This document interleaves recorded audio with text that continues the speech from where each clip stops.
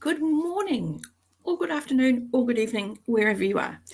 And sorry about whatever that is, because I like you guys so much. I'm up at the crack of sparrow's fart for you again. Seriously, I love hanging out with you guys, so it's not really a problem. But it has meant that I was like, do you know what? Do I really want to just faff around with my hair? No, this is why it's so short. Really, all this means is that I need a haircut. So here we go. Atalaya as well. Oh, look at all these lovely people showing up to say hello. This is fabulous. Welcome, welcome, welcome, everybody. We're doing some more sprints, obviously, because, well, I've been slacking and I need to get stuff read. And Maxwell, too, another of my favoritist people. Yeah, and Daniel, hooray! You're going to be, are you still reading Speaking Bones? That's fine, because I'm still reading The Way of Again. So we'll get our chonkers out of the way. Well, I'll get my chonker out of the way. You probably have already handed in your fifth. I haven't verified anything yet, but I need to because we have an update tomorrow. And yeah, and thank you for my hair. It's lovely. I feel like a cockatoo with this weird crest thing going. It's very strange. It's fine. And Jennifer, hi. So yes, I have as I don't even drink coffee. Okay, slowing down a moment. I haven't been doing any verifications because I've been working on my book journal, which I'll have to show you in the next bit because it's in another room. And I'm very proud of it. It's looking very lovely. And what else have I been doing that I did yesterday? I ate a lot yesterday because it is my best friend's. She's a teacher. It's the school holidays. And she was home all day yesterday and she cooked an amazing meal. So I had the yummiest tea last night, people. I had the yummiest tea. Basic as fuck. Literally steak, egg and chips with mushrooms. And it was so good, people. It was so good. It was so good. You know when you just crave something? We were both really craving steak, and it was such a lovely thing to get what you really wanted to have. I'll probably have to eat like 5 bunches of silver beet and, half a pound of carrots to make up for that. But it was good. Kate is reading 5 books, trying to stop myself from starting another. Oh, wrong one. That one. Oh, matches yours, Pix. Kate, why do you do this to yourself? I mean, come on, really. Why would you do this to yourself? This is mean, and you shouldn't be this mean to yourself. How about you treat yourself and finish one of the ones you already have going? Because then you get that wonderful little dopamine hit of ticking it off out of your journal. And so you're good. You're good. And now you're hungry. It was ridiculous. It really was. It was so good. Hoping to finish my second book tonight. Yay! Oh, this is Dawn and Darkness. Is that the most recent of Will White's? I want to say it is. I could be wrong, but I want to say it is. Okay. And you actually haven't gotten to your 5th book yet. Fair enough. Oh, that's right. You did say you were going to read the end of Dandelion Dynasty because you enjoyed that middle book so much. Despite doing so well last week, I doubt any points for us in this week. That's okay. There's more weeks in the month. So, where are we? Guess what I'm reading this sprint? You're asking me, so I'm really hoping it's Hob. I'm really, really super hoping it's Hob. And if it's not Hob, then I'm super, super hoping it's Pratchett, because either one of those things will seriously have me happy. So, yeah. Okay, just can't help it. I know you can't help it, Kate. This is why I'm helping. Try and finish one. Don't give yourself that mental burden. It's not nice. So, hi, Anita. It's lovely to see you. And, missed one. I've got about 2 hours left in Parable of the Talents. Should be able to finish that one tonight. Nice. Not sure whether to continue a canticle for Leibowitz or Guards. You've come to my channel, Maxwell. Guards. Gotta go with Guards. And you've convinced. This is have goosebumps. Yay! I so hope you love it. I so hope you love it. That's so exciting. Sorry. Okay. Okay, it's not his recent one. It's the concurrent trilogy from the antagonist and one from the protagonist point of view. Ooh, I didn't know he'd done that. But that's exciting. That makes me so happy. And Anita, we're both so happy because it's amazing. And I'm positive Jennifer is also very happy because Jennifer is also an enormous fan. And yay. Oh, I feel so proud of me because, yeah, anyone reading Hob that wasn't already, this makes me truly happy. Max is hoping I say that because it's so much fun. It really is. And hoping to get a touch of light tonight or Saturday. Oh, Giago, I read the prelude of Ashes and it just was so fast. And I was like, whoa, okay, that's a lot.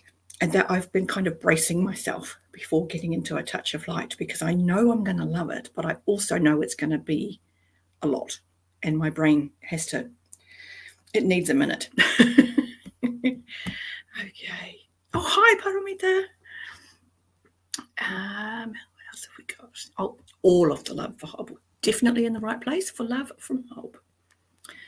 Hi, Yolene. It's lovely to see you. I hope you're feeling good today.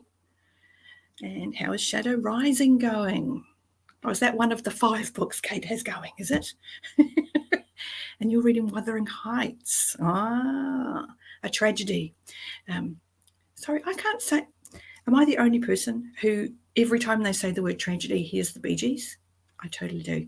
Every time I see it, I hear tragedy. Anyway, sorry. I'll see you again, Giddy. I'm still recovering from Madship. It's just, I'm always a proponent of take your time going through Hob because there's so much there and just let it sink in and take your time with it. But I'm also, there's just so much to it. And if you're feeling the call, go with it because that's the time to read Hob when you're really in the mood and you really want to know. So I'm never going to say, God, that's really annoying. Anyway, so yes, I'm never going to say don't read the next book because it's brilliant. Hi, Dan. Good to see you. And we've got Yolene. Open the stream in here, Rob. What, Robin Hobb? Of course. It's going to be that or Pratchett, pretty much. Occasionally I'll talk about other books I've read a lot, like A Song of Ice and Fire or the Empire Trilogy. Yes, it is one of the 5 books. Up to chapter 23. Well, you're doing well. Well, it's kind of on brand, really, isn't it? It's pretty fast. It gives you hope that you'll start it next week. Nice. You read the Elderlings books as it was published? Yes. Yes, me too.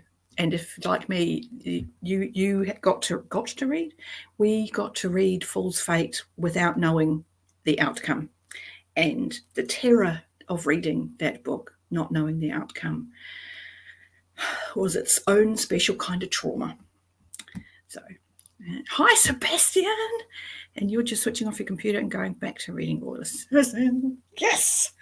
Oh, that makes me so happy. Look at all these people reading Hob. I love it so much. Hello, Rorosuri, Mr. Rorosuri. I like that. What a great name.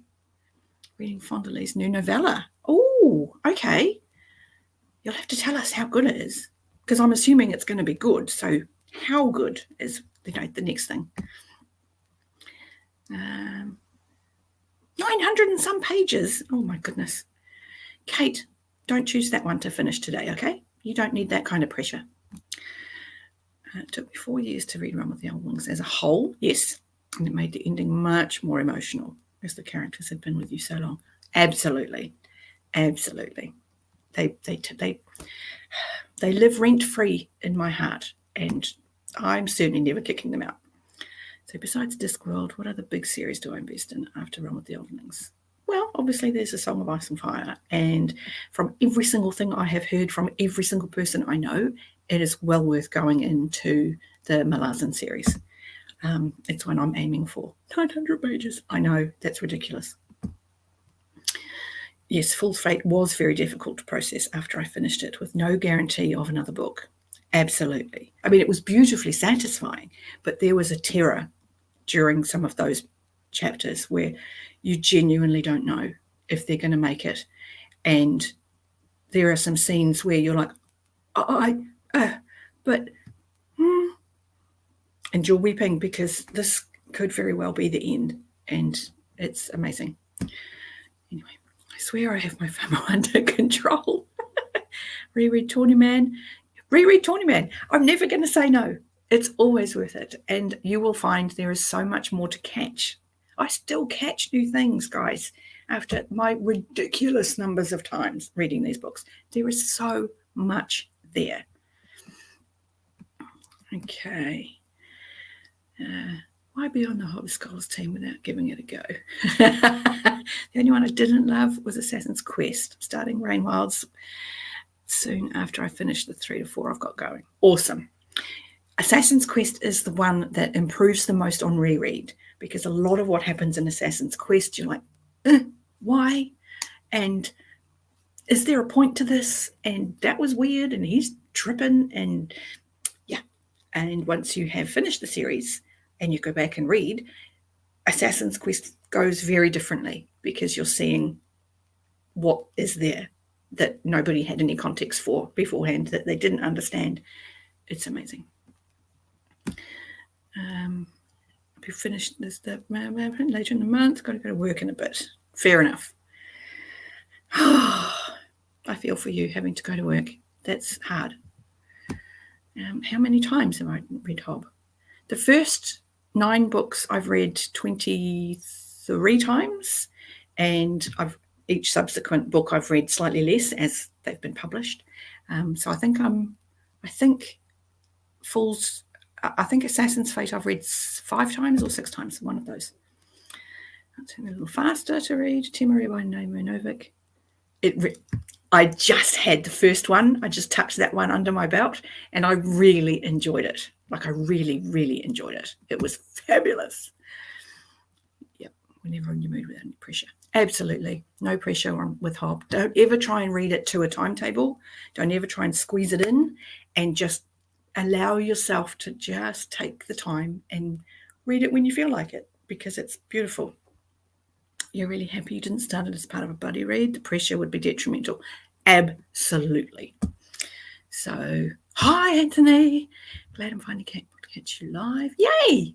And you're working, which is sad, but yay that you're with us. So, okay. And you've got to go. Okay, well, hopefully we will see you in a little while. We will have fun, because we're all awesome. A Hob gardener or architect writer, according to you. Judging by her own conversation that I watched with her in whatever year it was, I must link it on my channel. There's a wonderful conversation she had with George R.R. Martin of A Song of Ice and Fire fame, and their joint editor. And they're both gardener writers. And she talks about how she outlines her books. That is not the book that ends up being written. And it very much sort of takes on a mind of its own. Fitz doesn't do as she tells him to. He makes really bad decisions, and she gets grumpy at him because he adds pages to the story, because he makes dumb decisions. And so, yeah, very much a gardener writer. And somehow she manages to bring all of those threads together and weave it into just, the most beautiful, beautiful, beautiful tapestry of story. It's insane. I've read Spinning Silver. Yes, excellent. It's I actually saw a really nice copy of it in a used bookshop this week, but it was a little tiny bit outside my budget. But if it's still there next time, I'm totally getting it. So, because I enjoyed that too. I am a true fan. I love those books. I love them so much. You're welcome, Paramita. After 200 pages of Gardens of the Moon, I've listened. Complicated by Avril Lavigne for about an hour. I have heard this. And yet everybody who has managed to keep going and find the threads of that story, everybody has loved it, that I trust their opinions of. And so, but I'm probably not the one for more recent series, because with the stroke, it's just, I haven't read very many. And I'm getting there. I'm starting. So many questions about so many things in Farseer so far. Yes. Just so slowly. Oh, that makes me so happy. Oh, that really does. So you have way more questions about Malazan, though. Yeah, there's some. I haven't read it yet, but I definitely intend to. I've just got to stretch these muscles in my brain some more, because it's a little bit daunting, and I don't want to go into that being frightened of it. One more Malazan to read, taking large breaks between. Good plan. That sounds like an excellent plan. And of course, there's so much content about Malazan online. Raf's got a great lot of context about it. He was a fabulous person. They were on a stream with, I think, Alan a little while back, and he was fabulous. But I couldn't stay because it was spoilery. And I was like, well, I do plan to read these books, so I don't need to get into spoilers. There's a lot of content out there. I still have questions about Malazan and only finished the series. I can't help you, unfortunately. If I could, I would. The readathon has pushed me to read more unknown things than I have since the stroke. Me too, Bex. Me too. I looked at it, and because it doesn't allow rereads, I'm like, okay. But Way of Edan is my biggest. Almost all of the rest are sort of 250, 350 pages. So hopefully I won't have too much trouble with them. So we will get there, and we will have read new things, and we will have discovered new authors, and we possibly won't do a readathon with that many new reads all in one go for a little while. Join me in 2025 for Malazan. I might just be able to say that, Kate. I will definitely let me know when you're going to start. I have 100 pages of an Anne Rice book left. Good Lord, I've never read a book that mad woman had. Anne Rice is a mood. I did stop, I think, really quite early in the vampire series. And it's a mood. It's definitely a mood. You're listening to the Malazan podcast, studying PowerPoint presentations, and you're still mostly lost. I'd say that that's a bit scary. And we have Aaron. Lovely to have you. And you've just seen Jimmy's Either Or and wanted to play with everyone now. Tolkien or Hob? Hob, always going to be Hob. My difficulty is going to be Hob or Pratchett, because they're so different. How do I do that? I don't know. I will plead the fifth on Hob versus Pratchett. So, hi, how you doing? And Cara's here too. Hi. And Sarah, which Anne Rice book? Well, Interview with a Vampire was brilliant. It really was. But yes, she's definitely a mood. Very definitely a mood. So, but yes, I read those way back when. When did I read those? I was still in high school. So that's a long time ago. That's a long time ago. And even then I was, that's a mood. That's definitely a mood. And yet, hearing all of these people struggling with Malazan and being lost, I think is part of why I'm frightened of going into it. It's,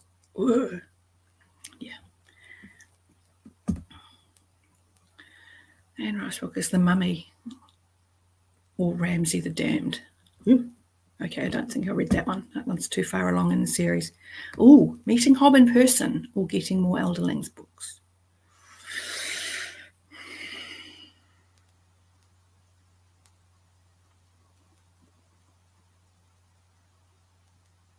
You're trying to break my brain, Paramita. You're trying to break my brain.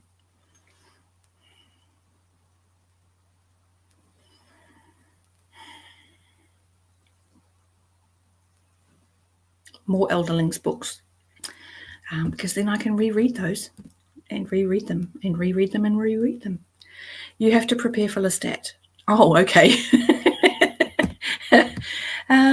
I read Anne Rice's Witching Hour series. Oh boy. Ooh, a lot of adult content. I was probably not old enough to read. No, you most definitely weren't, because I don't think I'm old enough to read them yet.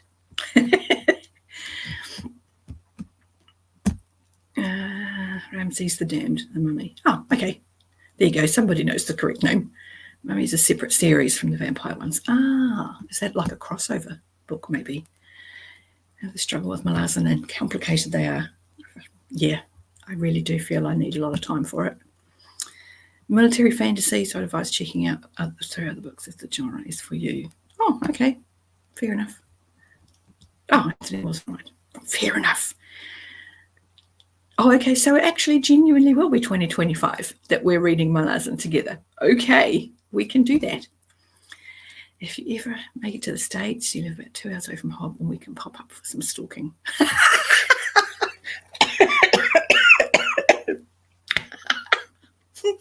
I would totally be game for that.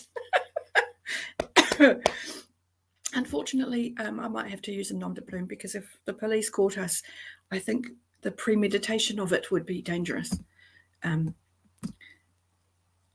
just trust the process. I have heard this, Dan. I have heard this a lot. So I do plan to do that. Got to go. Fitz is waiting. Nice. Okay, Sebastian, have a great rest of your day, and we'll catch you next time, hopefully.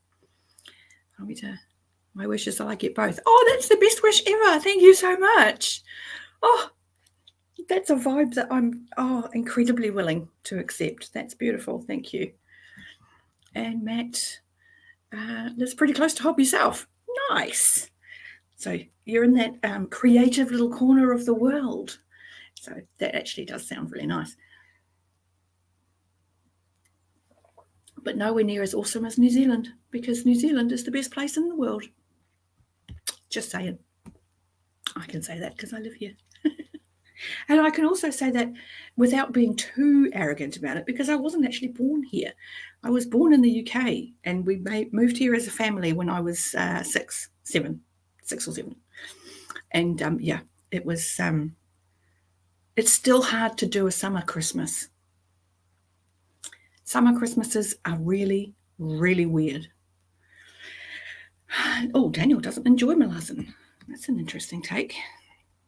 Erikson manages to maintain the lost in the woods feeling from the beginning of every complicated fantasy series throughout the entire thing. And that's not for you. Fair enough. No, that's fair enough. It's not for a lot of people. We have hobbits. It's basically heaven. Yeah, pretty much. Pretty much. It literally is. Here's a tidbit for you. One of the scenes for Edoras, they were filming on top of one of our national park mountains, and they had to overcome the obstacle of not harming a native moss that is incredibly rare, and otherwise they couldn't film there. If they were going to damage any of the moss, they couldn't film there. They got around it by carpeting the road up the mountain. Literally carpeted a road up the mountain, and then carpeted the filming zone. And we sold out of secondhand carpet in New Zealand because they were filming it. So yeah, that's fun. My cousin moved to Maine a few years ago. She lives very close to Stephen King. I'm trying to arrange that book signing. He does strike me more of the sort of person that would appreciate that kind of book signing. Not the stalking so much. That might be a problem. But yeah. Matt lives an hour away from Hob. Nice. Is it true that Hitchhiker's Guide to the Galaxy is just like Discworld but sci-fi? No. It's whimsical in a very similar way. The wordplay isn't quite the same.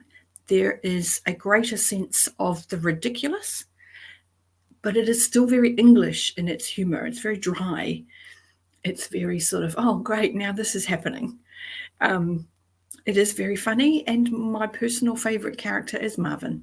So if you do read Hitchhikers, which is a very small book and doesn't take long to read at all, it's a lot of fun and will have you laughing out loud. So it's similar, but not the same. Yeah, there you go. Kate agrees. There are similarities, but I wouldn't say just like. Just don't show up to the signing with Kathy Bates. You should be okay.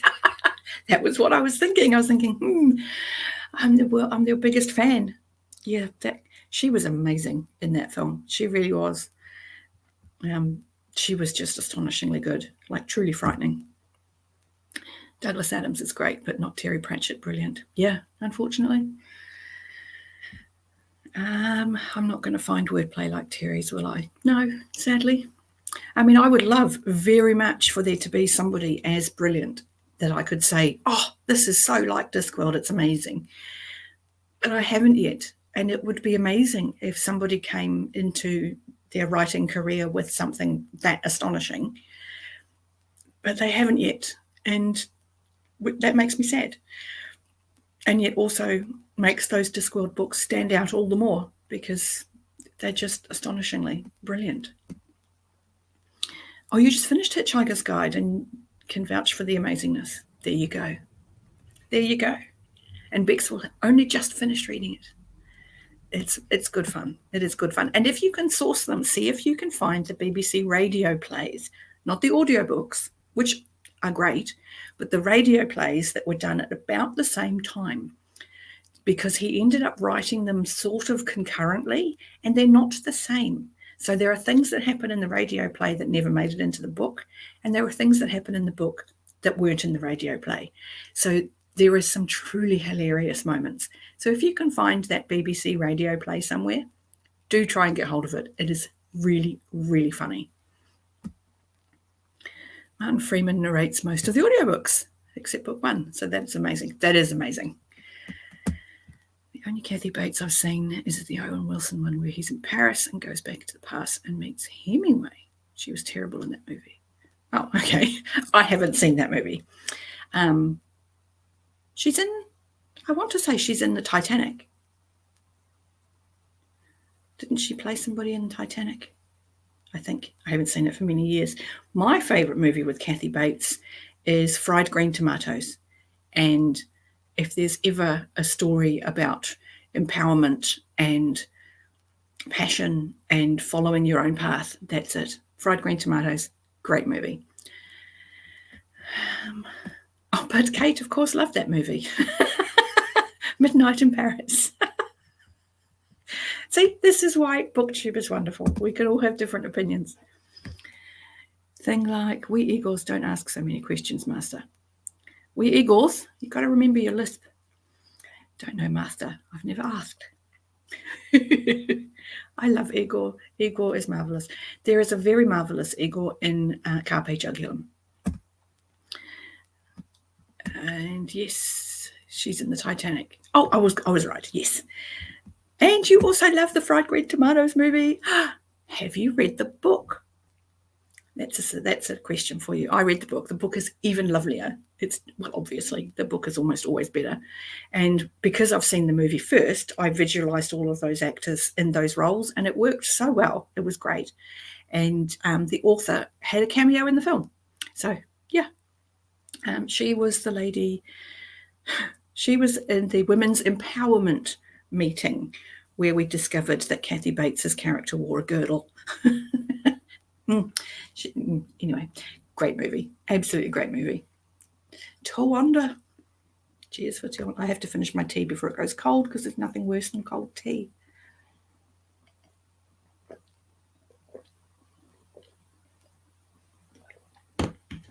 All gone and only just. Bleh. Okay. What are we? We're at bang on 6:30. So how about we read for half an hour and then we'll actually start talking about books that we're reading. So putting up the banner and we'll read until top of the hour.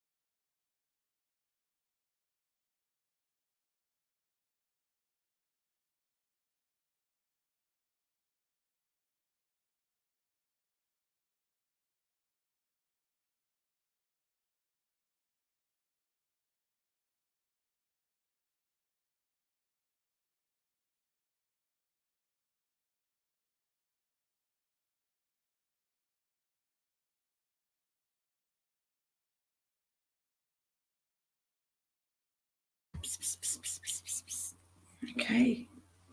And we're back to talking. So I hope I didn't frighten anybody with coming back, which is so often the way. Okay. Well, I managed to get stopped right in the middle of a battle, which is, slightly less than ideal, but it's all coming to a head far faster than I thought it was going to. So, we've had to say goodbye to our lovely Kate. I hope you're having a lovely day, Kate. And she's also quite right. We do often forget the very beautiful Igorinas. Who we've got the fairy librarian. Hello, it's lovely to see you. And Tori, fellow captain, how's things going? Okay, and it's a nice thing. Oh, well, thank you. The number of times I have been jolted back into it and genuinely felt my heart in my throat as I'm like, oh, from the world of my book, and it's a lot. Especially if you're in a quiet, intense moment. But yeah.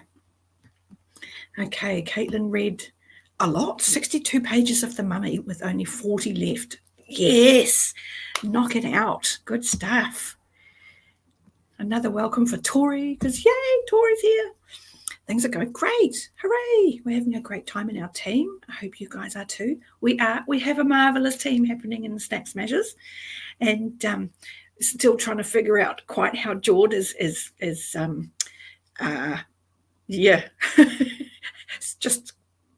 blowing us all away, but it's fine. That's lots of books knocked off the TBR stack, and between us all there'll be plenty. Up to 80%, hitting the finishing stretch. Nice. Such a good feeling, isn't it, when you're like, oh, it's nearly the end. I'm reading Philip's book. I am reading Philip's book, and I'm very much enjoying it.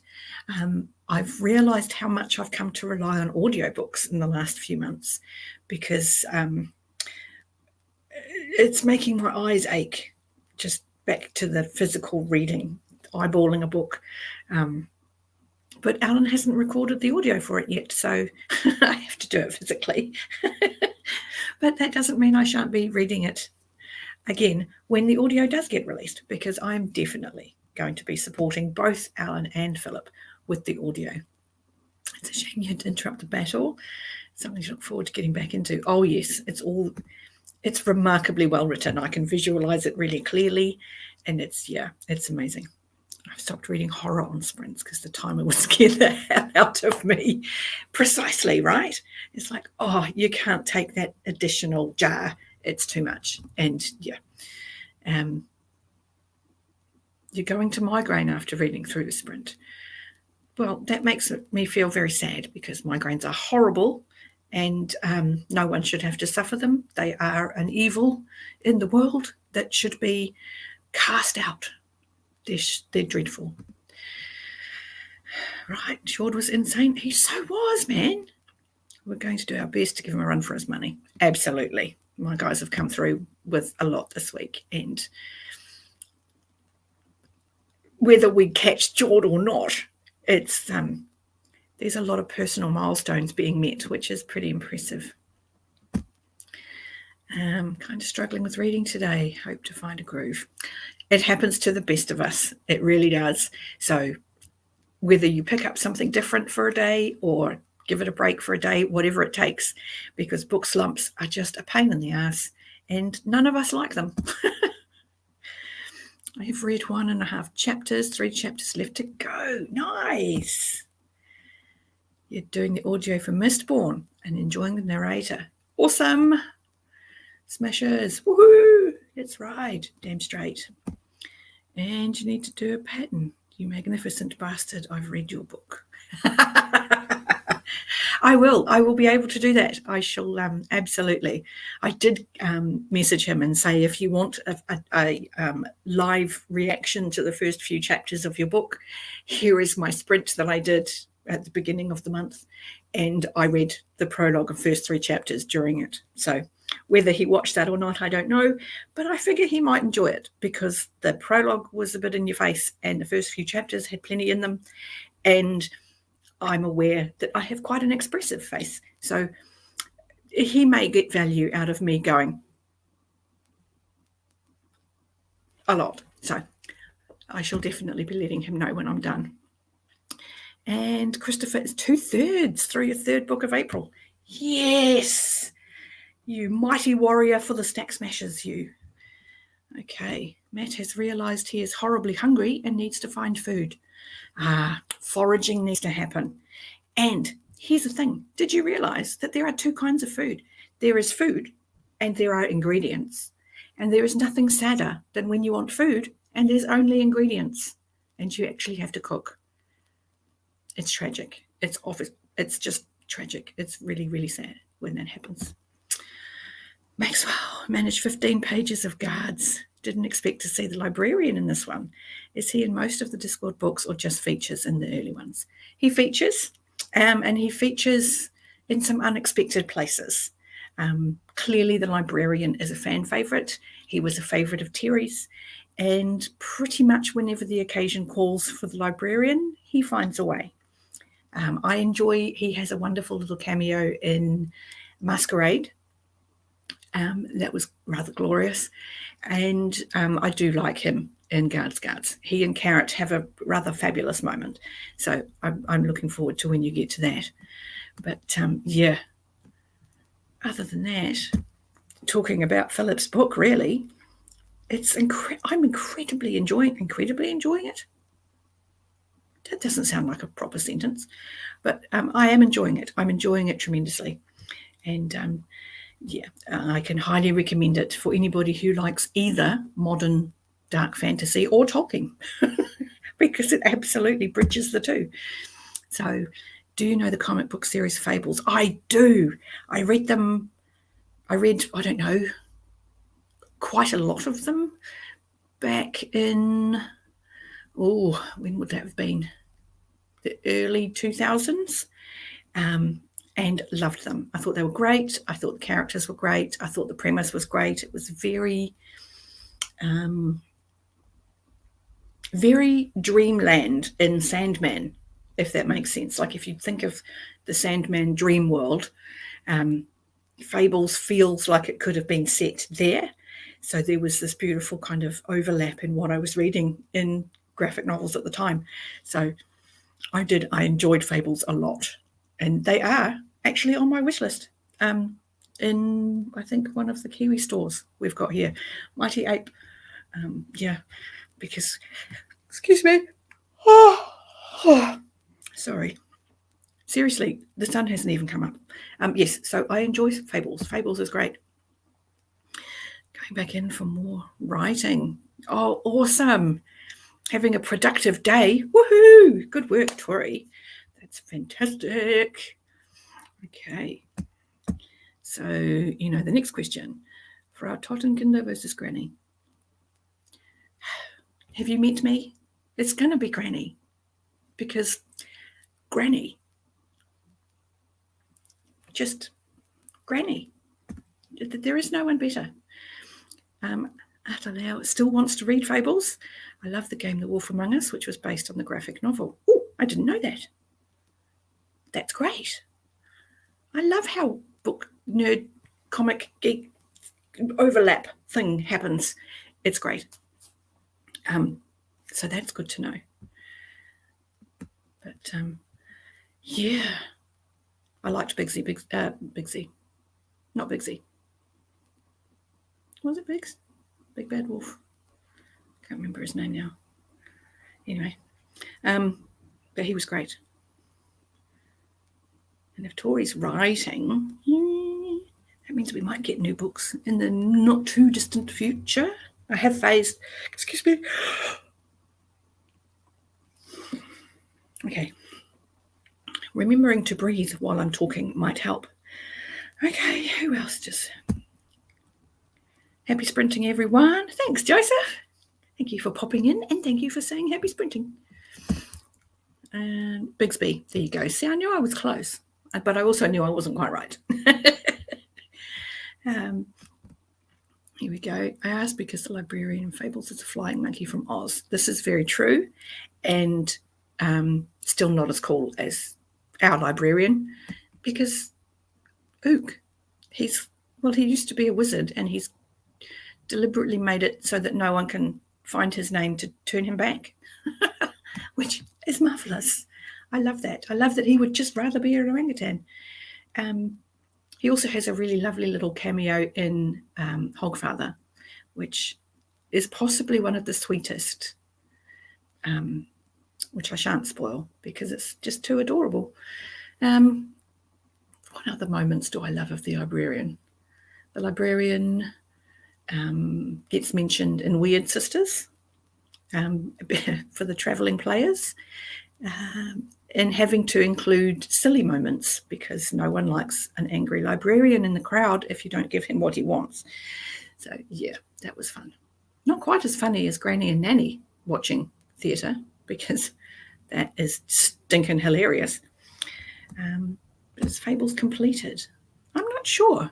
I wish those deluxe editions weren't so hard to get. Oh, tell me about it. I was lucky at the time they were coming out, or not long after they were coming out. I was going out with a guy who was very into comic books. So I was with him when I read Sandman, and I was reading his copies of Fables as they came out. And I'm pretty sure he probably still has them. He's that kind of person. So, yeah, I should probably ask. He might let me borrow them. I'm one of the few people who is allowed to borrow his comics because I'm a little bit controlling, and he knows that if I look after it, it won't be damaged, and he'll get them back in pristine condition. 2 more comics to come because they continued with 12 more, and they started last year. Nice. The scene with Granny and Nanny watching the theatre is my favourite scene of Discworld thus far. Yes, it is just magical. It really is. I seen him, he done it. Look at the state of his boots. They're just glorious. All of the Witches books, I have already said and will always say, the plot of the Witches books is not the point of the Witches books. The point of the Witches books is the witches. And the plot is just there to give them something to do. And the way they do things is so, I don't know, true to human people. They're hilarious, they're funny, and they have their tics, and they have the things about them that other people would go, oh, well, that's just how she is. And that's just how they are. And they are glorious. I do love them. The last one of theirs I read was, the most recent reread of a Witches book I had was Carpe Jugulum, and I just adore them. They're just the most hilarious people. Magrat has a wonderful arc through the stories, and Nanny gets more and more respect as the series goes on, as people realise that, hang on, she's been Granny's best friend for the best part of, 70, 80 years. So she's got to have something to enable that friendship to continue. And, yeah. But then I also love things like In Lords and Ladies with the bees. Actually, that's the thing. When the Queen died, the Queen of the United Kingdom, when she died, the royal beekeepers went and told the bees. So, talking to bees is a thing that happens. So, anyway, Lacrimosa is the best vampire name ever. And also, Don't Go Near the Castle is a very good castle name. It is. I just loved Scraps. Scraps was lovely. Scraps is just the best doggo ever, really. I do like Igor. What year did Pratchett start his Discworld? I think the first one, Colour of Magic, came out in the early 80s, I think. I can probably find out. Let's have a look. Let's have a look. Yes. You wonder how the bees took the news. Well, let's be fair. They're bees. They have a queen, and the queen might possibly have felt some sympathy because, with a buzz. But BuzzFeed. Haha, sorry, that just occurred to me. That was silly. Okay, let's have a look. When was Colour of Magic published? 83. There you go. 1983, early 80s. And 1990 was the 9th book, which was Eric, which is more of a graphic novel children's chapter book. Eric and The Last Hero are both those, and I don't think either of those, oh, that's a lie. I think only The Last Hero is the one not getting a new audio. Yeah. But they went for a long time, and they were fabulous. And the bees took the news with a buzz. Yes, they did. But, it was a queen. So I imagine the loss of a queen was both saddening and disheartening, as she's followed by a king, because a queen is way cooler. And, they last longer than kings. Got slices of pizza. Ooh, yeah. See, food, not ingredients, you see. I'm a fan of food, not ingredients. Thankfully, I live with my best friend who is an amazing cook, and the things that woman can do with ingredients, astonishing. I don't think there's anything that woman can't cook. It's ridiculous. I love Terry's story about how he said rain comes from the rivers, oceans, and seas, and everyone laughed at him in school because rain comes from the sky. Terry, I think, was one of he was a Renaissance man, I think. I think he's the sort of chap who, had he been born in another era, was William Shakespeare or was Leonardo da Vinci, because he was interested in everything. Not a lot of people in our corner of the world know this, but not a lot of other people do. But when Sir Terry was knighted, he decided a knight should have a sword, and he learnt how to make his own sword, and did, with iron smelted, both collected and smelted off his own land, including a little piece of meteorite that he'd had for many years. So he had some thunderbolt iron happening in his sword that he made when he was knighted, because that's how cool Terry was. So, yeah. Do you have any interest in starting the Books of Babel? I think you'd really like it. Bancroft has a bit of a similar vibe to Hobb and is great with his characters.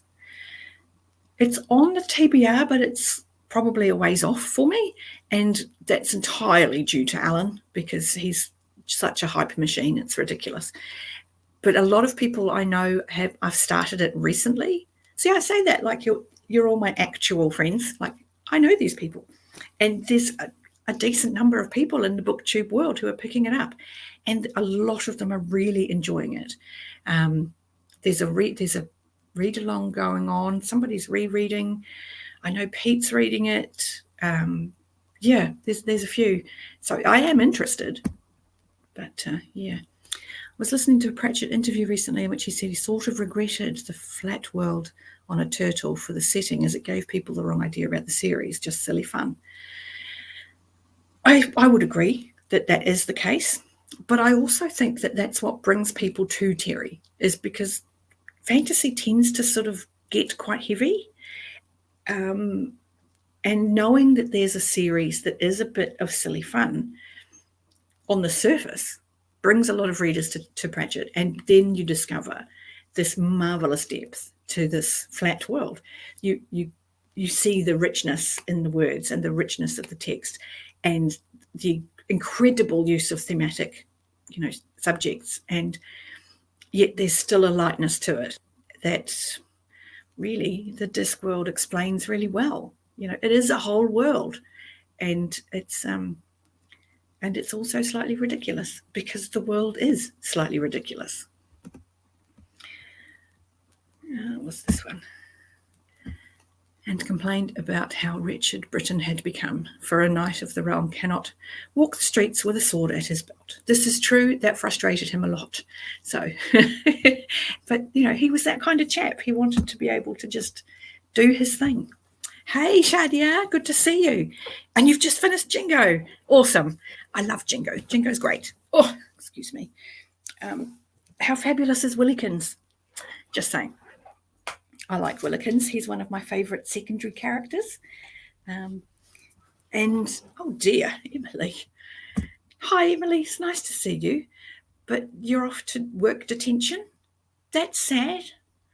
I don't imagine that's easy in a school where you deal with a lot of troubled youngsters. That's got to be an emotional journey when they're not playing the game. But yes, it's going back to Terry Pratchett with Jingo. That's one of the underrated books. And you like Betty. Betty is marvellous. And for those of you who aren't familiar with British stand-up comedians, which very few of you will be, Fred, or rather Al, as he becomes briefly in Jingo, is based on a English stand-up comedian, Tommy Cooper, who wore a fez, and his catchphrase was just like that. And yeah, he was funny, and Fred is reminiscent of Tommy Cooper. So if you can find any Tommy Cooper somewhere on, I don't know, YouTube or Acorn TV or something, I don't know, that's who that alter ego is based on. But Betty is brilliant, and comes back to what I was saying about the ability to bring in some really quite serious themes. And this is where he looks at gender conformity and how Nobby just falls into that role of Betty with such comfort that you realise there's a side to Nobby that we hadn't seen to this date. And Nobby was brilliant when he became Betty. It was refreshing, and it was not disturbing. It was an eye-opener for everybody except Carrot, who was like, oh yeah, that's fine, because Carrot's just like that. It's awesome. Okay, Atalia, makes you happy to see all these people pick up Senlin? Yes, very curious to see what Bancroft comes up with next. And his new book, and he's got a new book coming in September. That is exciting. So that will be interesting to see how everybody, reacts to that one. And Fred knows his politics. Fred is Fred is a graduate of the Man at the Pub told me. He is a very English character, very stuck in his ways, where he doesn't intend to be abrasive or obnoxious or rude or bigoted. He just is. He's just one of those slightly older English blokes who are just very set in their ways and don't realise that they're kind of awful, despite being really well-intentioned. And Fred is one of those. So you love him because he is well-intentioned and he is a good person, but he is very narrow-minded. So Fred and Nobby make the ultimate comedy duo, and you're guaranteed a giggle when those two are having a chinwag. And we've got Leonard of Quirm in Jingo, and Leonard of Quirm is a delightful invention of Terry's to just get that sense of creativity and madness that inflicts those of genius. And I kind of wonder how much of that was him putting himself in there, that he just couldn't help writing stuff in the margins. He couldn't help creating worlds while he was supposed to be doing something else, and easily distracted by other things. So, yeah, I like Leonard of Quirm. And I love Vetinari, because what's not to love? I mean, it's Vetinari, who, of course, had never juggled before. So that's great. And who've we got here? Colin's showing up. Nice to see you, Colin. And you know what I haven't done?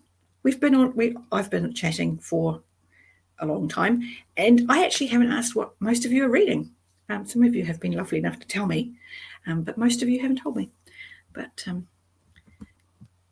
these sprints always turn into Discord chats. They totally do. This is all of you lovely people knowing me and asking me questions about Discworld or Hob. And yeah, it's I don't mind.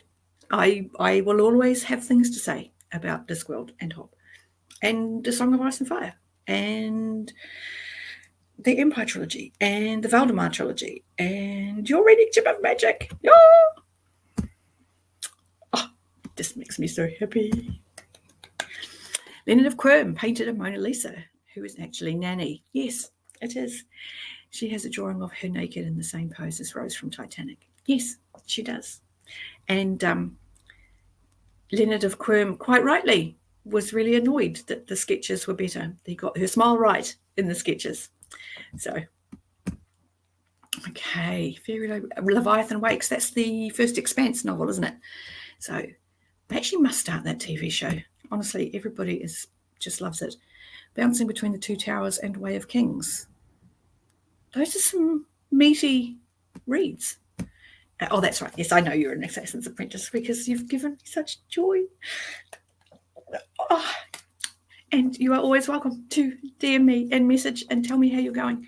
So, yeah. I love how you know the details of the books. Vetinari bringing that goat down from the minaret was unbelievably funny. Yes, it was. But Vetinari always is brilliant. Okay, you're on chapter 2. Nice. Also reading Assassin's Apprentice.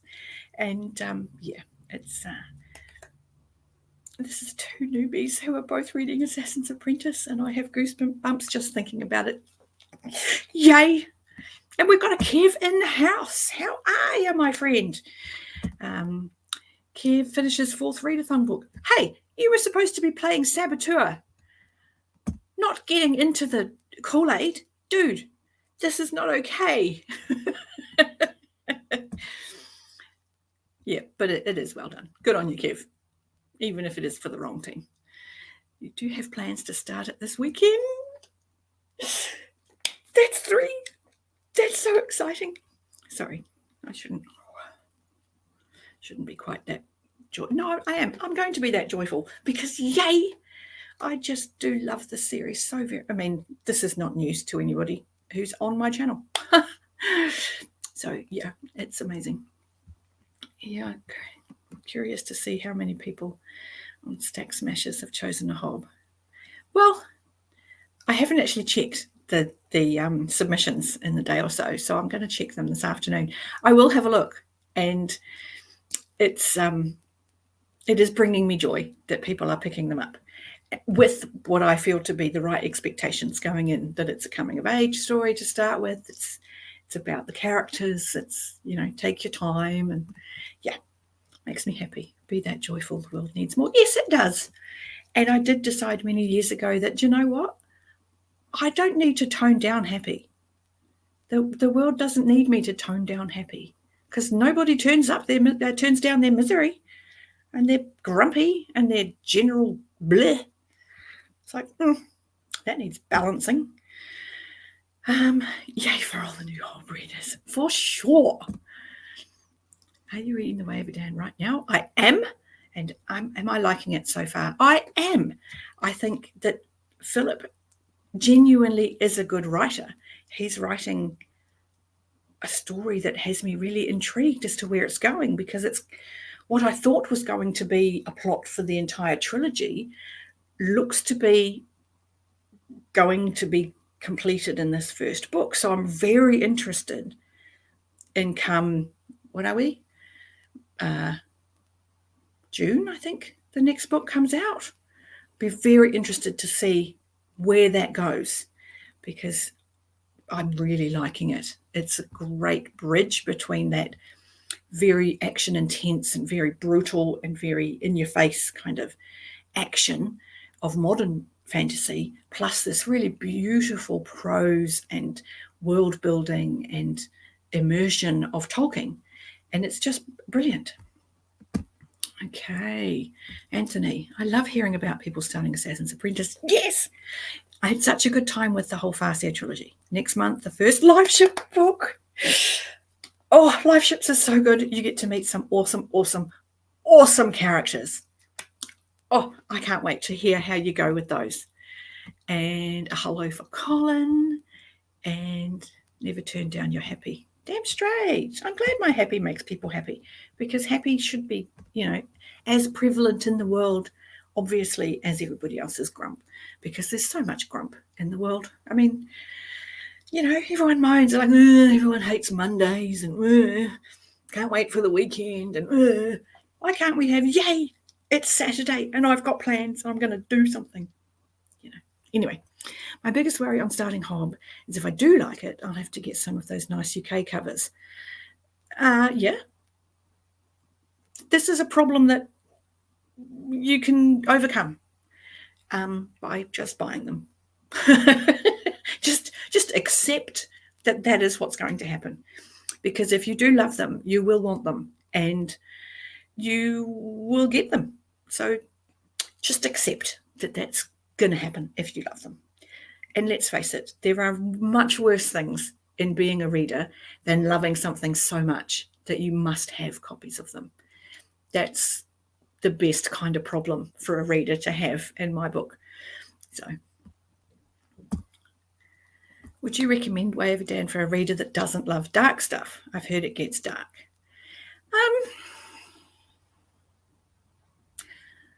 I think it depends on your definition of dark. I'm finding that the characters are fairly clear, like there's nothing murky in their motivations. They're very clear, they're on page. So yes, that whole morally grey, it's become such a buzzword, that morally grey is sort of covered, but it's not a huge deal. And the in-your-face dark, the battle, the brutality is definitely there. So if you can't handle gore, there are definitely scenes that you might want to look away. One of the scenes so far has literally had me flinch and close my eyes. Where I'm like, oh, okay, that happened. But they're fast, and then you're back into the lovely Tolkien-esque kind of prose, and you're like, okay, that's nice, Philip. There are dark corners in your mind. But yes, I kind of would, because they are oddly beautifully written, and it's worth a try, put it that way. If you read it and you can get through those first few chapters and go, okay, so far those are the darkest things I've read, and it's violence, it's fantasy violence, but done with a really quite refreshing clarity, which is strange to say. But yeah, but I do recommend it as a read in general, definitely. But dark depends on your definition of dark. And they look awesome on the shelf. Yes, they do. They absolutely do. Oh, I can't see mine today. There they are, all up there, all beautiful and just beautiful. All of the beautifulness. They're so beautiful. I love them so much. And I stroke them when I come to sit down. I'm like, these are mine. I own them. Such a beautiful thing. So yes, I would recommend that. And look at this. We've gone past the half-hour mark, but I think we should probably read again. So top of the hour, I think, again, because that makes it nice and easy for everyone. And we will chat some more when we come back.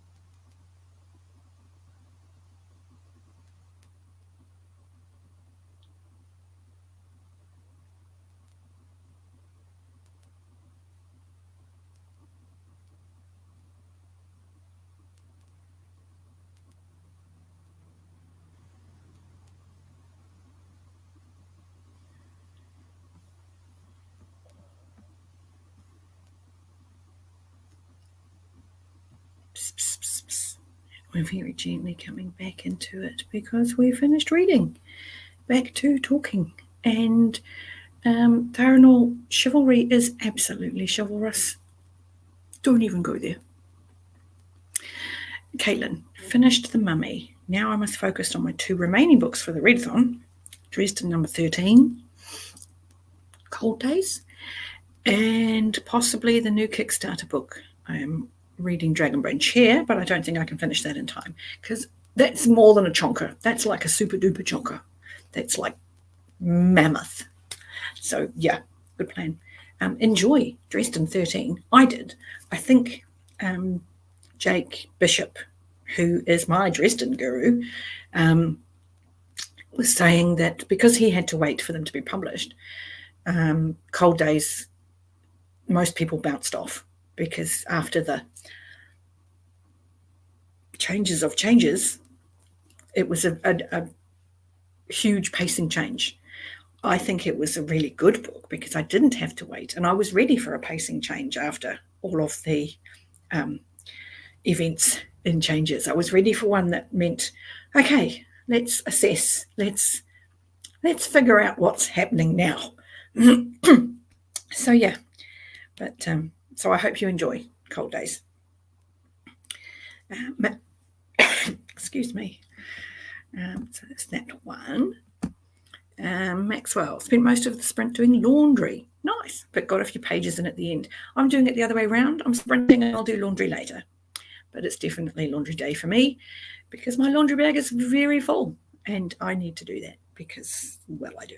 And because I really should have done it before now. And I'm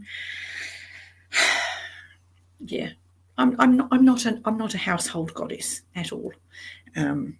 I'm good at tidying. I'm good at finding space. I'm good at organizing. Actual housework, not so much. Which is why I'm good at finding homes for things, because then it all looks clean because everything's away and it's, sorted. But yeah. Oh, excuse me. But yeah, I'm not even just thinking about housework. It makes me tired. And Fairy Librarian read 10 pages. Nice. Read a few pages of Memories of Ice again. Nice. And actually read another chapter, getting closer to the end. Nice. That's such a good feeling when the back of the book is getting closer and closer. I'm nearly at that point. I'm in the last chapter, I think. That's the trouble with Kindle. Like, I'm pretty close to the end, looking at the percentages, but you never really know until the end arrives. But I'm pretty sure I'm in the last chapter, or maybe, I don't know, in the second to last, but it's definitely falling action. Oh, excuse me. I really should remember to breathe when I'm talking. Anyway, we have the return of Anita. Hi. Good to see you. And you will join us with the next sprint. Nice. But yeah, I was right. And what I thought would be the entire trilogy's arc has been kind of dealt with in the first book. So while I can sort of see how the next book's going to go, as far as what the main objective of the next book will need to be, I was quite surprised at that. But yeah, it certainly rollicked along, and the battle was impressive and had stakes and a lot of visceral action, and yet at the same time a lot of very Tolkien-esque character moments, and I'm just getting more and more impressed with the way Philip entwines the two. He's a smart man, which we kind of already know, but it's quite something to see it play out in text. Like, okay, this guy knows his stuff, man. He knows his stuff. But it means that now I can start going through discussions that Philip had when the book released, and the discussion that Philip and AP had about the prologue, because I'm really interested to hear what AP has to say, because hearing AP's thoughts will be insightful. I'm certain they will be very insightful, and how they've worked together as the developmental editor with the writer, as well as being friends. So I will be looking forward to watching those sort of YouTube videos over the next probably couple of weeks. Anita's got to wait for the narration. I'll just do it again for the narration. I'm more than happy to just read it again for the narration. Philip, did A. Sanderson have a satisfying conclusion at the end of the book while leaving the door open for further exploration? Yes. I haven't read any Sanderson, so that's a good thing to know about Sanderson. But that's definitely what Philip's done with this one, with The Way of Edan. I very much feel like I'm in a good place to have a rest and step back and wait for the next installment. But I definitely want that next installment. I definitely would like to know now what happens next for these characters, because I like them. I like these characters. They're good. One was perhaps a little two-dimensional, in as far as too good to be true, but we're starting to see more nuance in that character now, so I'm pretty sure we'll get a better sense of them in the next book. So looking forward to that. So where are we? Assassin's Apprentice. Yay! Enthusiasm wins again. Yes, it's so good and it's so exciting. Yep. Anita knows. What's next in the watch books after Jingo?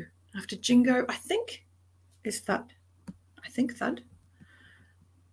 Not entirely certain. One moment, please, caller, because I'm pretty sure it is.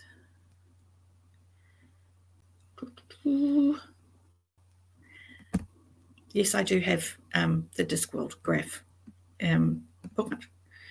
After Jingo, we have Jingo. Oh, no, it's the Fifth Elephant next. So you've already read Thud, did you? Or is that after the other one?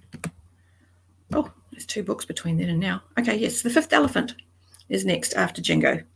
And the Fifth Elephant is next after Jingo, and it's wonderful because you get lots of Lady Sybil. And I love Lady Sybil. She's my favourite. And the whole marriage of Vimes and Lady Sybil is a wonderful one, and is goals. And it's rather wonderful watching them as a duo come up against something, and the way they support each other and interact. And yeah, I love Lady Sybil. The Fifth Elephant is wonderful. Kate, the literary apothecary, has just finished that one, I think. The Fifth Elephant. Yes, I think she has just recently finished that one. And she really enjoyed that too, for many of the same reasons. So that's always nice. Where are we? You're welcome. Sybil is marvellous. I will never, ever disagree with that. She is sublime. Heathcliff is creeping me out. Wuthering Heights. Good. He should, because that whole thing is very toxic. Very toxic. There's not... Anyone who calls Wuthering Heights a romance story should really be looking at their own boundaries around relationships and their ability to see red flags. And it's this is not a romance. This is a tragedy. Tragedy, yes. And yeah, because Heathcliff is a creep. Anyway, Raph, can't believe it took you so long to figure that one out. I know, I'm ashamed of myself. I think because I always feel Jingo's further along than it is. And yeah, anyway. And yes, hello. It's nice to see you, Raph. What I would say, yes, Heathcliff is a creep. And yes, he should be creeping you out, because anyone who thinks he's a romantic lead should have their head read, basically, because no. And Paromata is saying hello to Raph, and Maxwell saying hello to Raph. Look at all the love for Raph. Good. Raph is wonderful. And next you'll tell me Eric the Phantom of the Opera is a stalker. Well, he's not a stalker. Let's face it, that is also not a healthy relationship. Yeah. And for Phantom of the Opera and Discworld, you want Masquerade, which is glorious and fabulous and should be. Heathcliff is the best red cartoon out. Is the best red cartoon cat. And even there, he's toxic. Oh, yes. Sorry, it took me a second there. Yes, he is the best red cartoon cat. And yes, he is toxic.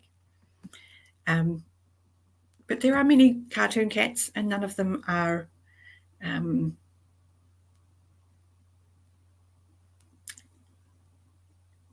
not cats. I'm trying to think of the way to say that. I'm going to quote Terry Pratchett, which will surprise nobody, that if cats look like frogs, well, we'd all realise what nasty, vicious little bastards they really are.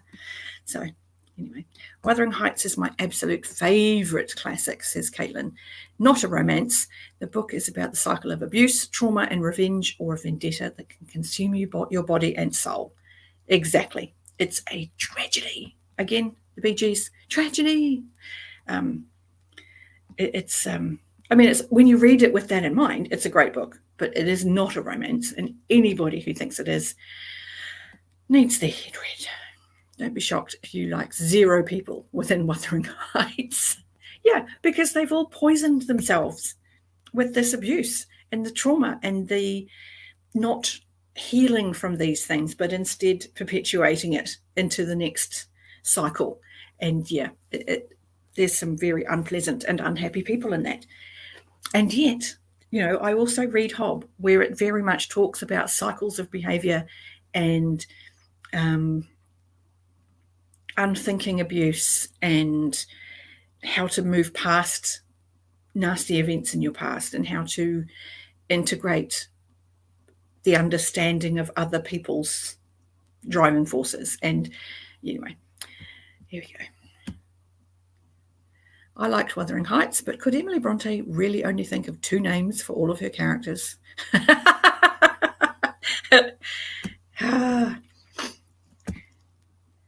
Phantom of the Opera taught me that a girl cannot really get you if you don't kidnap her. What? Also, I learned from Moby Dick that you should listen to no one and keep following your dream, no matter what. Okay, you need to talk to me as you read Hob, because that's a far safer way to be dealing with trauma. I only have tragedies on my to-read list. Next is A Tale of Two Cities. Okay, I'm going to have the Bee Gees stuck in my head all day, guys. This is all your fault. It's not too terrible because, let's face it, the Bee Gees has a good beat and I'll get a lot of housework done. But, it's a mood. And thanks. Yes, that's a lot of tragedy on your to-read list, Paromita. Maybe throw something light in there. Just sprinkle a little bit of jolly in there somewhere. Might be nice. Otherwise, you might find yourself in a reading slump because you can't read that much tragedy without it just bringing down your soul. So I can highly recommend The Empress of Salt and Fortune by Nevo. It's a novella and it is just sheer beauty on a page. Just exquisitely beautiful. Won't take you long to read and it's gorgeous. Maxwell has mixed feelings on A Tale of Two Cities, but the ending is one of the best ever, in his opinion. it's a classic for a reason, I think, what it comes down to. Paromita, please read some 5 4-star or 4-star books. What about the gay romance in Moby Dick? This feels like you're tricking me into a joke, Raf. But I haven't read Moby Dick, so I can't really comment on it. Hob, Paromita, as a light read. Those two things don't go together, Shadia, at all. At all. Read some Discworld between to break up the sad. That I will always get behind because Discworld is amazing. I want to send help. Oh, we're trying to give you help. We're doing our best. And yes, there are some moments that will bring you to tears in Discworld. And because Terry is an incredibly underrated writer, he's so good. I think because he is funny, that no one gives him credit for the quality of what he gives you. And that is exceptionally high. For Jolly and Discworld, I recommend Hogfather. Yes, absolutely. You just can't go wrong with Hogfather. I have 2 hugely recommended starting points as for new readers just in general, because they're the pinnacle of Discworld to me and are good introductory books, and that's Hogfather and Going Postal. I love Going Postal. I think for one of the latest entry points, I think it is the latest entry point because it's book 32. It's a brilliant place to start because Terry's on top of his game in Going Postal. It's a new cast, and yet you get a feel for the city, and yeah. So Going Postal is a great place to start. I've started a few people with that one. Dan Treebeard started with Going Postal, and he's now very much a Discworld convert. So I will be cancelled for this, but I really didn't like Discworld. Runs away. Oh, which ones have you read? Because that will have a bearing on my next comment to you.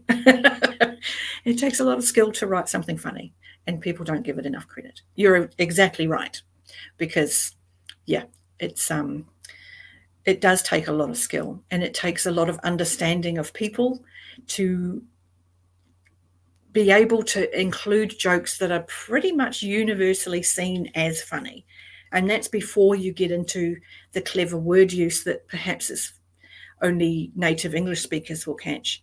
So he's an incredibly talented writer. And Raf is not setting me up for a joke with the queer elements in Moby Dick. It's pretty on the nose for the times. Do you know what? That actually pushes that a lot up my TBR, Raf. So thank you for saying that.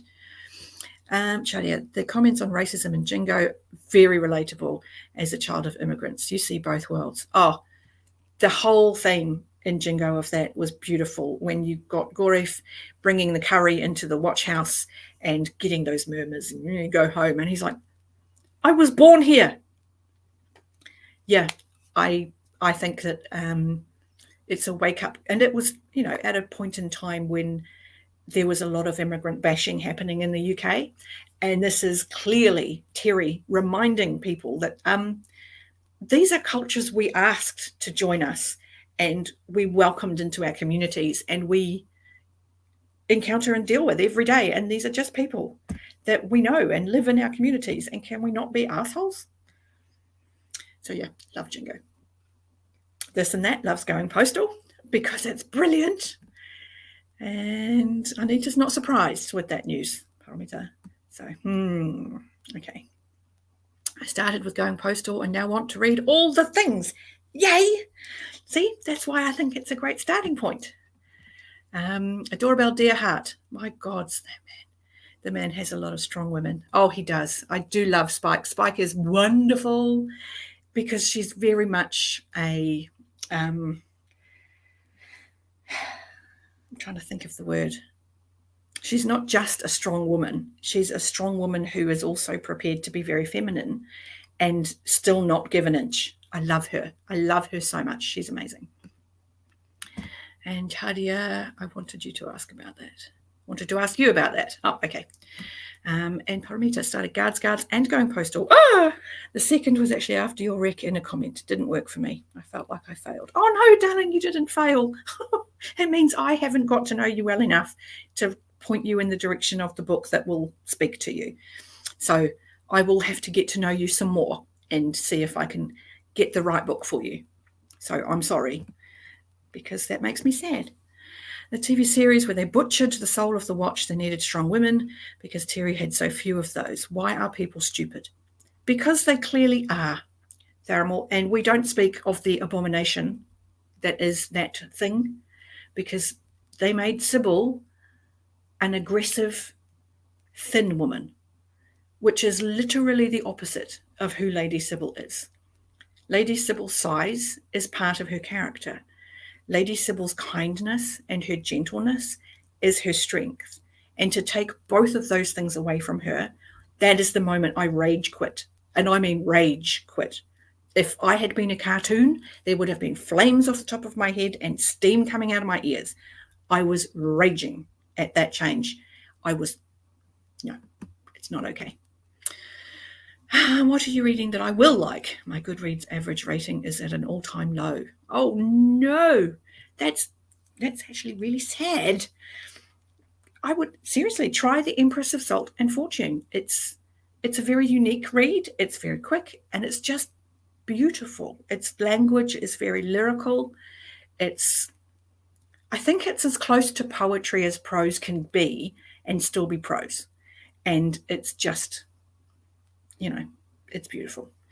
Anyway, this and that. There's still a lot of immigrant bashing in the UK, just not as blatant. Yeah, and there probably always will be until racism really does get brought under control, which is difficult to do in a country as old as England, where the history of people is embedded in their villages. And you can live there 100 years and still be the newcomer. So it's more difficult to erase racism in England and around a lot of places in Europe that have got that long history of occupation. Whereas somewhere like New Zealand, where I am, it's still so freshly settled that everybody's kind of new. And while there is racism in New Zealand, there is a real resistance to it by most of the people in the country.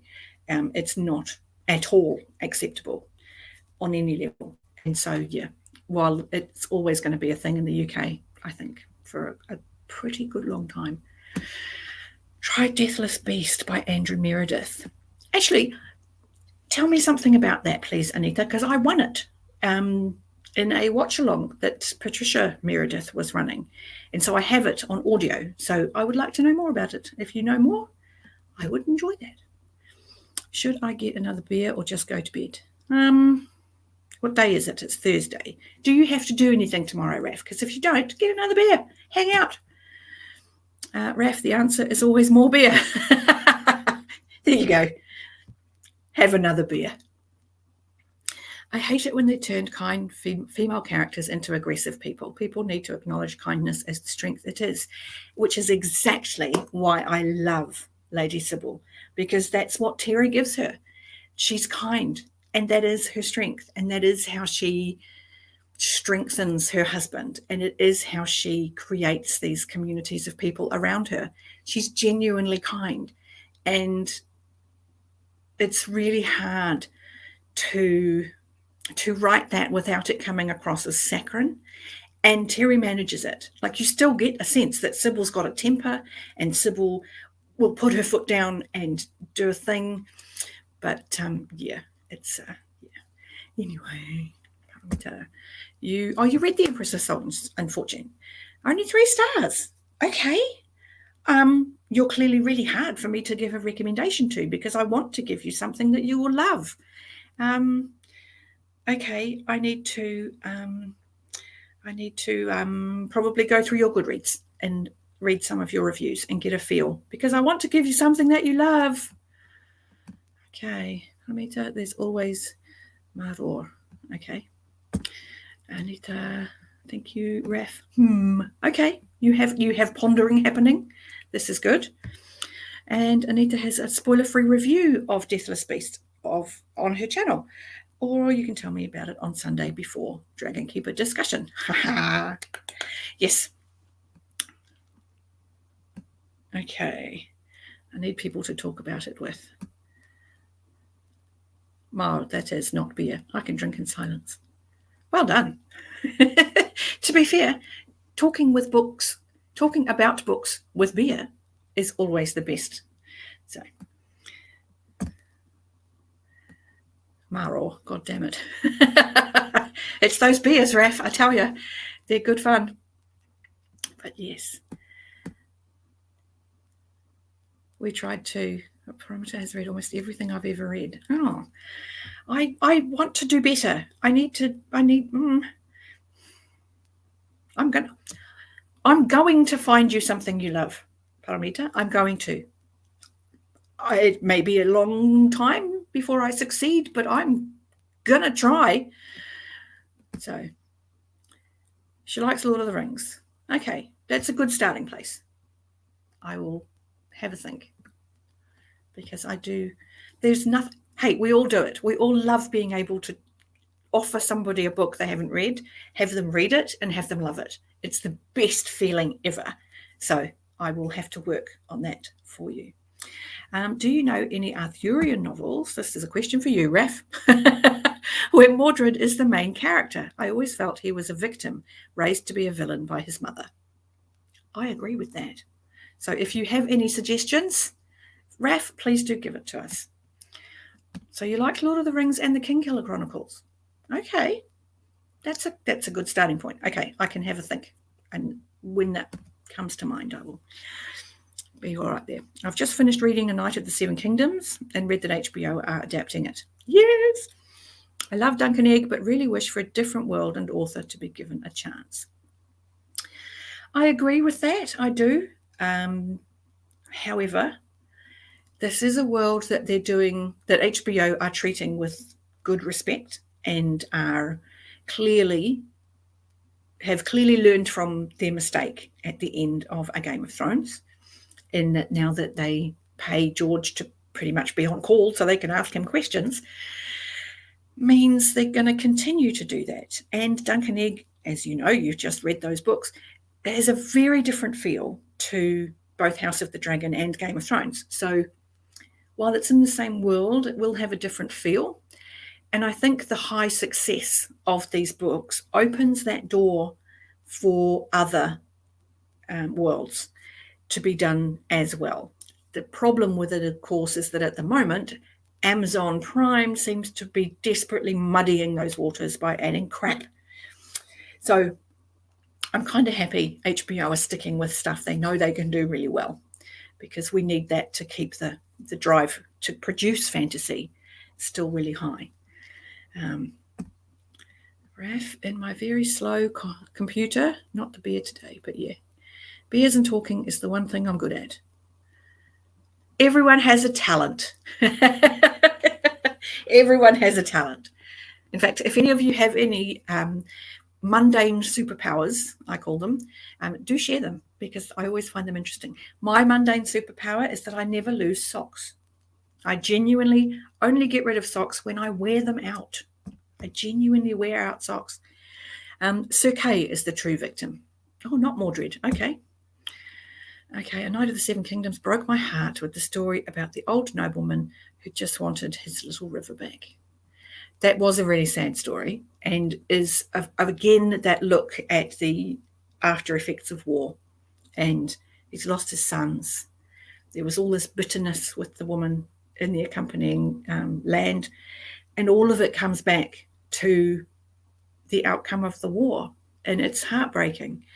So George does a good job with showing the everyday results of losing people in a war. And Raf, which ones? Oh, because Mordred is the hero in a bunch of Scottish chronicles and other works of the 16th and 17th century. There you go. Tharanol would like to know which ones. You may have to wait until Raf's video, Tharanol, when he talks about all of the Arthurian stories. Waiting for someone to mess with Elderling, so we finally have a rant review on all the channels. If it ever gets adapted and it's done badly, I will be the first. Because. However, I'd love to see First Law adapted to screen. Ooh, First Law I think could really work, but I think it's too similar to A Song of Ice and Fire to happen until they do everything they want to with A Song of Ice and Fire first. Yes, I agree with that. I do agree with that. It's also, it may even work slightly better to some degree in that First Law is more action oriented than internal monologue, decision making outcomes that we get in A Song of Ice and Fire. Most notably, I think, is with the character of John. On the TV show, the most we could get from him is brooding. He was just very broody, whereas in the book he actually is a very deep and complex character, but it's all happening in his head. So how do you put that on screen? First Law, not so much. That could work really well.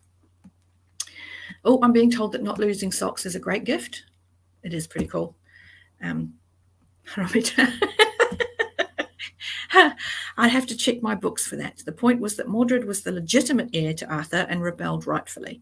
The incest story was a French addition, according to them. I didn't know that. See, this is why you're now my go-to person for Arthurian things. I agree with that, even if they were an incest story. And from the fiction I've read, he was legitimate by mother more than by father. Okay. I know. I just know they will mess it up by getting someone who hasn't assimilated the books. That's always the way, though. When they do any kind of adaptation from books to screen, the only times it works is when the creators genuinely love that material.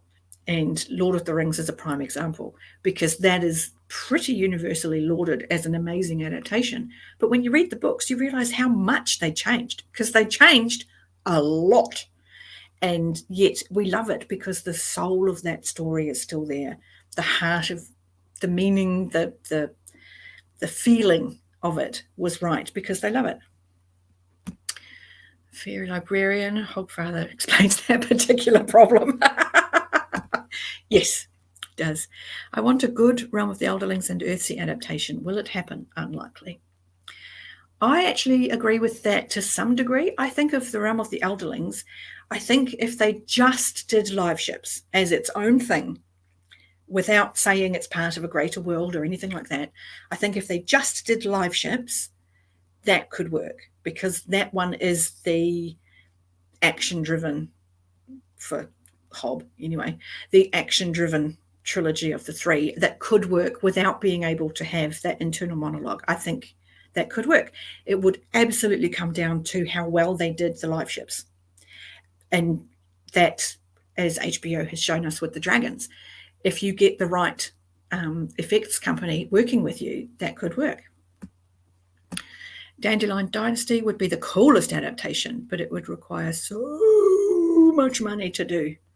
Oh, okay. I don't need an explanation. I need a solution. Well, sometimes there isn't one. Hands Off fits, I think, live ships. There you go. As a standalone series would be brilliant. We agree completely.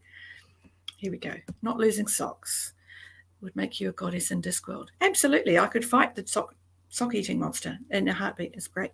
You would be an ascending minor goddess, just like Anoia, especially to Cohen the Barbarian. Okay, can we all just take a moment to say we love Cohen the Barbarian? And if you haven't watched it already, go on YouTube and look for Trollbridge. The Trollbridge short film is possibly the most true and honest and beautiful and gorgeous Discworld adaptation I have ever seen, and it's Cohen. So you do need that. We all need that solution. Oh, absolutely. And Paramita agrees that, yes, it would be live ships that would be the one that worked. I definitely don't think at all that you could do Farseer any justice on a screen, because it's so in Fitz's head. And if you didn't get his motivations for what he did, he would just look insane, because, So, okay. Looking forward to starting Dandelion Dynasty this month. Nice. You'll have to tell me how you go, because it'll be a while before I get to that one, I think. Raf has, oh no, his wireless headphones just gave up. Now you're on your streaming setup. Oh, I feel honoured that you're prepared to just go, do you know what? I still want to be involved. I'm going to change my setup. Nice. So many books, so little time. Can we just watch it whenever, Jerry? I don't know Cohen yet. I think so. I think all you need to know about Cohen the Barbarian is that he's a barbarian that no one ever killed. So he's really old.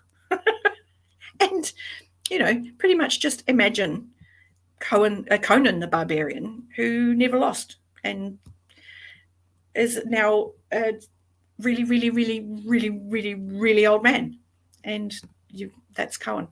I would mostly be scared for bad CGI sea serpents in Live Ships adaptation, though.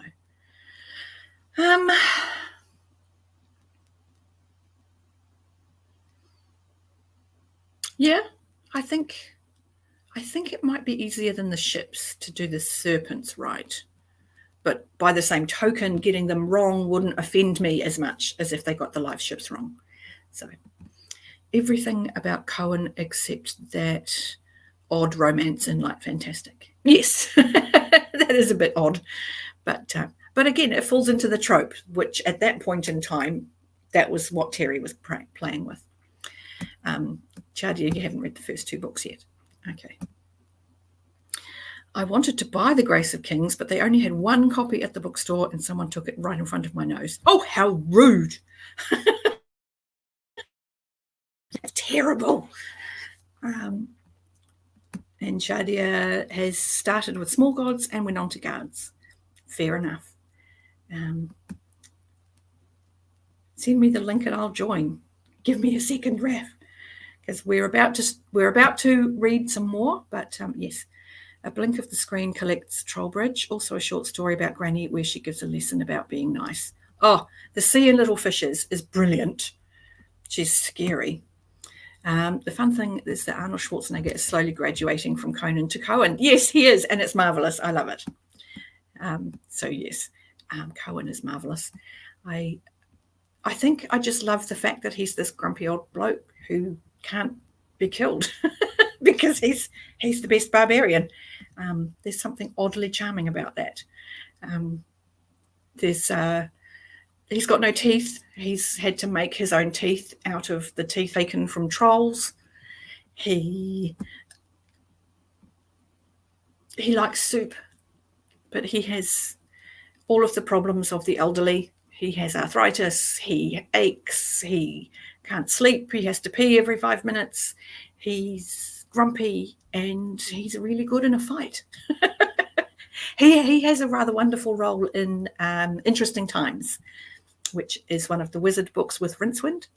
And unlike a lot of Rincewind books, actually includes some of the other wizards. Most of them don't, which always is just an odd thing to me, that the wizard books don't have a lot of wizards. Hey, Raf, I've just sent you the link to join me. Leave that open. And there we go. Where we go. Blink at the screen. The fun thing, yes, we've got that one. Just bought those gorgeous Dandelion Dynasty UK editions. Looking forward to reading them sometime this year. Isn't it beautiful when you actually get a set of books that are beautiful? Okay, let us remember Interesting Times, one of the less mentioned wonderful Discworld books. I do love Interesting Times. It's one of the few Rincewind books that I actually rate really, really highly. I'm not a huge fan of the Rincewind stories. That kind of fish out of water tale isn't my thing. I mean, they're all clever and they all have some really interesting things to say. Interesting Times is one of my favourites with Rincewind. I like what it has to say about revolution and people in general and the way they react to change. And yeah, and the Silver Horde for the win. Oh, hell yeah. And Interesting Times has sadly not aged too well. Well, I agree with that. And some of them haven't. Some of them haven't aged well at all. Not as badly as some other authors. However, The Last Continent, which is not at all Australia, even though it's totally Australia. I'm still not a fan of Rincewind. Also, I'm a Kiwi. I can't be loving books about Australia. Oh, sorry, not Australia. I'll be kicked out. Are you kidding? Tyrion or Gandalf? Easy, Tyrion. I'm not a fan of Gandalf. That's my hot take on Lord of the Rings. I'm not a fan of Gandalf. I'm like, okay, I don't understand the fuss about Gandalf. He's not all that, but Tyrion, freaking awesome. There's a lot to get into with Tyrion. Very much a fan of Tyrion. I'm in Feast of Crows at the moment, so I sadly won't have much of Tyrion for a win. Wait, you sent the link? I did send the link, Raph. You asked. And I'm more than happy for you to join me. But now you need to find a shirt. But you did your laundry, so you should have a clean one. See, this is why I can say the people I know you people. You're my people. I know when you do laundry. You're my people. You know when I do my laundry. I am your people. So this is why, you guys are my friends. And that says far too much about my social life, really. But anyway, Gandalf is a level 18 fighter with a level 2, with 2 levels in wizard. I agree with that. I like that. That's a great take. Because, he does get to kick some ass. That's pretty awesome. Yeah, in Lord of the Rings, it's like, really? It's just not. Here we go. Love is knowing when your friends do their laundry. Damn straight. It's one of those personal things that you tend not to know about people. So this is how I know you all very well, because I know these things. I won't always remember these things, but it was only a couple of days ago, so I remember. But what are we now? Oh dear, we've been talking so long. My social life is Discord and BookTube. I thought it's pretty great. Yeah, that's mine too. It's awesome. I am thrilled to be able to say that my interactions on the internet are purely good. Not a lot of people can say that interacting on the internet is always a positive experience for them, but I can, and I love that I can say that. So, oh dear, I've broken Shadia's heart. I was going to say I'm sorry, but I'm kind of not. I'm not a huge fan of Gandalf. I mean, he was played by Ian McKellen, so there's a certain level of cool. But as a character, he's kind of, I've read better wizards. Yeah, sorry. Anyway, I'm going to start a sprint because I've been talking for far too long, and I need to finish the book because I need to know what happens. And it will give Raph time to get a shirt on. So I'll read those last comments as I start reading, because if I keep talking, we'll be here all day. So half an hour from now is about 10 past. Have I got a 10 past? No, I've got a 15 past. That'll do. Read until 15. Shush, read.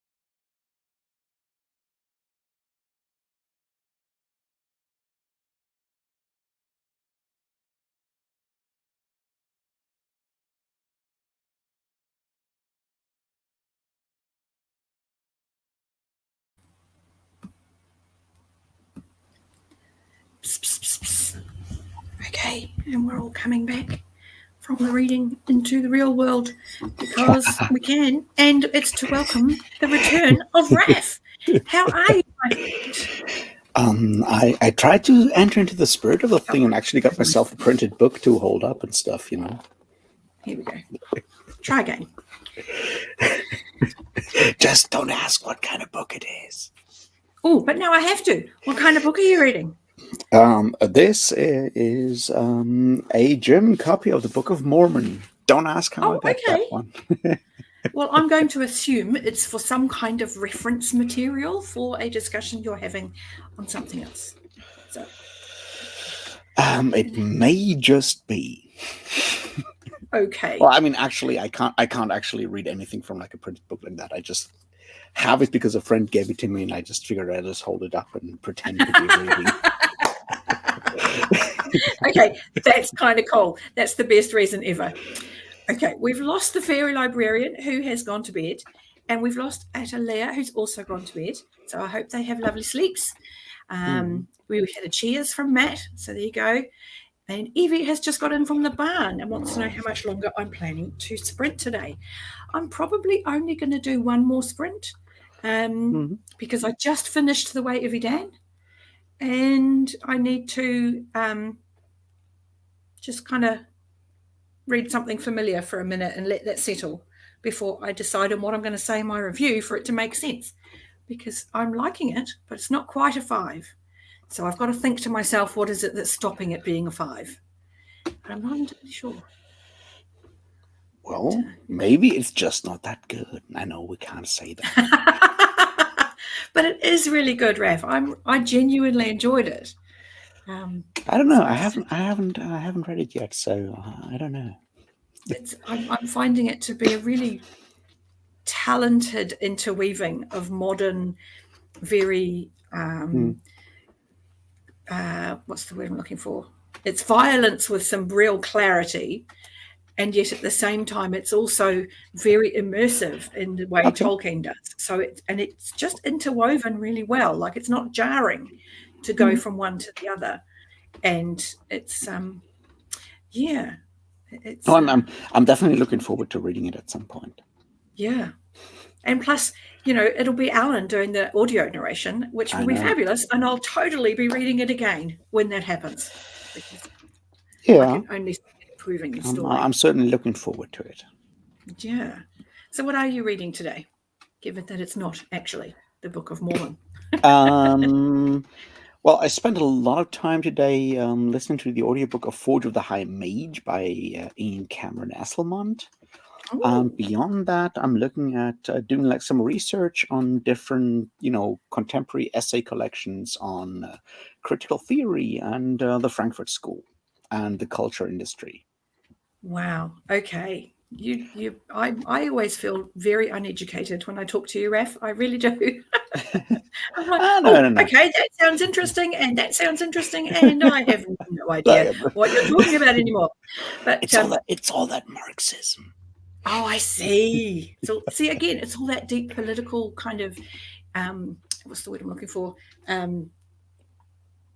It'll come to me.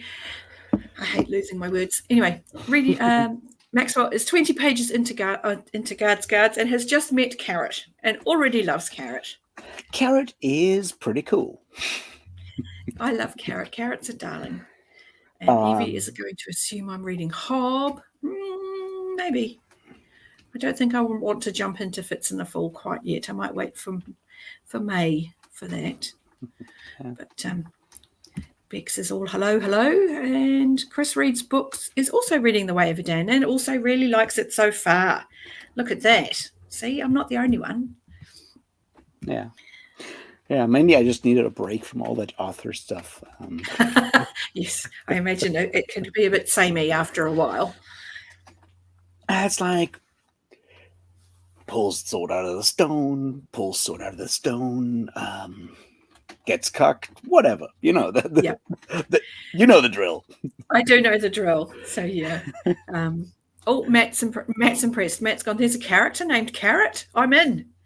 Awesome. If whatever it is that hooks you, I'm good with it. And if it's that someone's called Carrot. all the better. Yeah. And it's not because of his hair.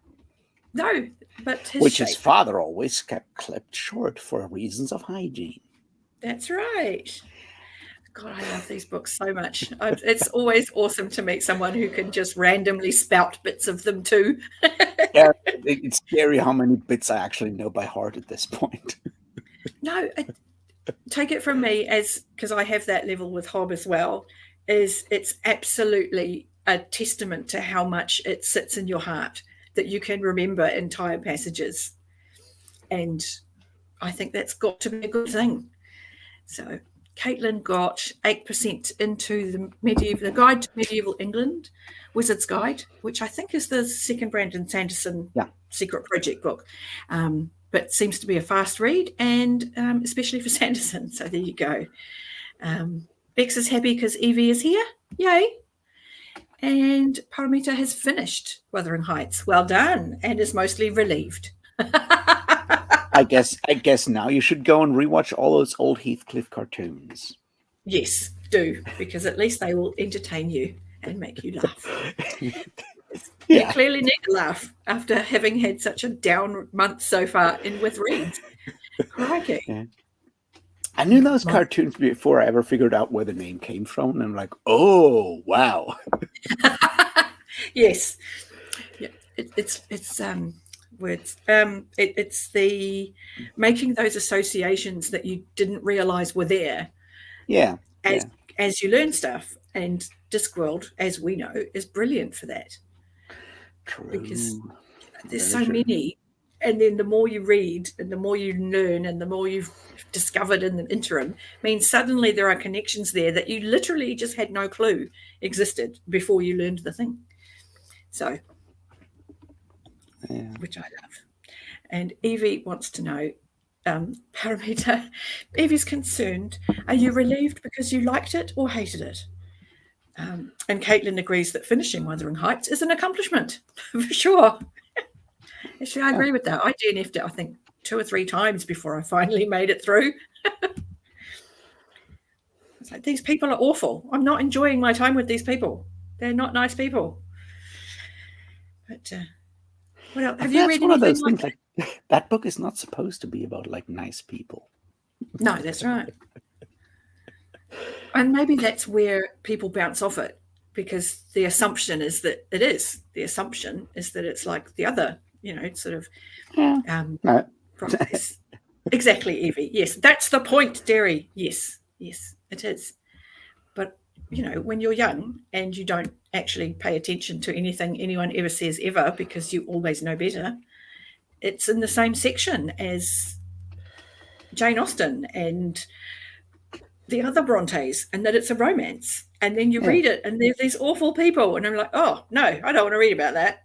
And and here you go, Caitlin again. Hollywood has made it a romance, to many readers' dismay. Yes, this is true. But to be fair, they did that with Gone with the Wind, and that Gone with the Wind was Margaret Mitchell's historical studies put into a novel with a couple to give it a framework. Neither of them are nice people either. Scarlett's. I've only watched the movie. It's a good movie. They did do a good job of it, but that romance is not the central plot line at all. I was like one of those things we had for a while. We used to have this thing. Oh, we lost you briefly, but that's okay. And Caitlin hasn't read Gone with the Wind yet, but I can see that.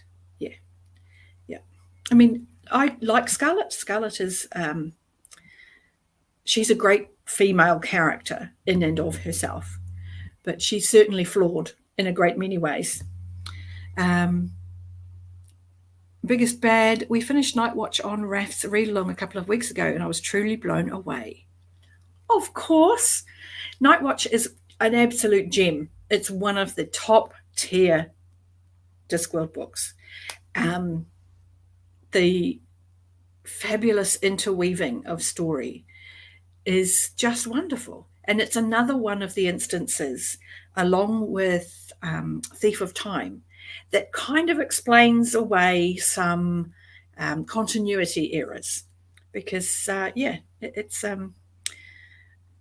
it allows for changes because of the way the story goes, and I think it's just wonderful. Oh, we've lost Raph full on, but never mind. Raph has the link and can return if he needs to. Haven't read Gone with the Wind yet, but I can see that, absolutely.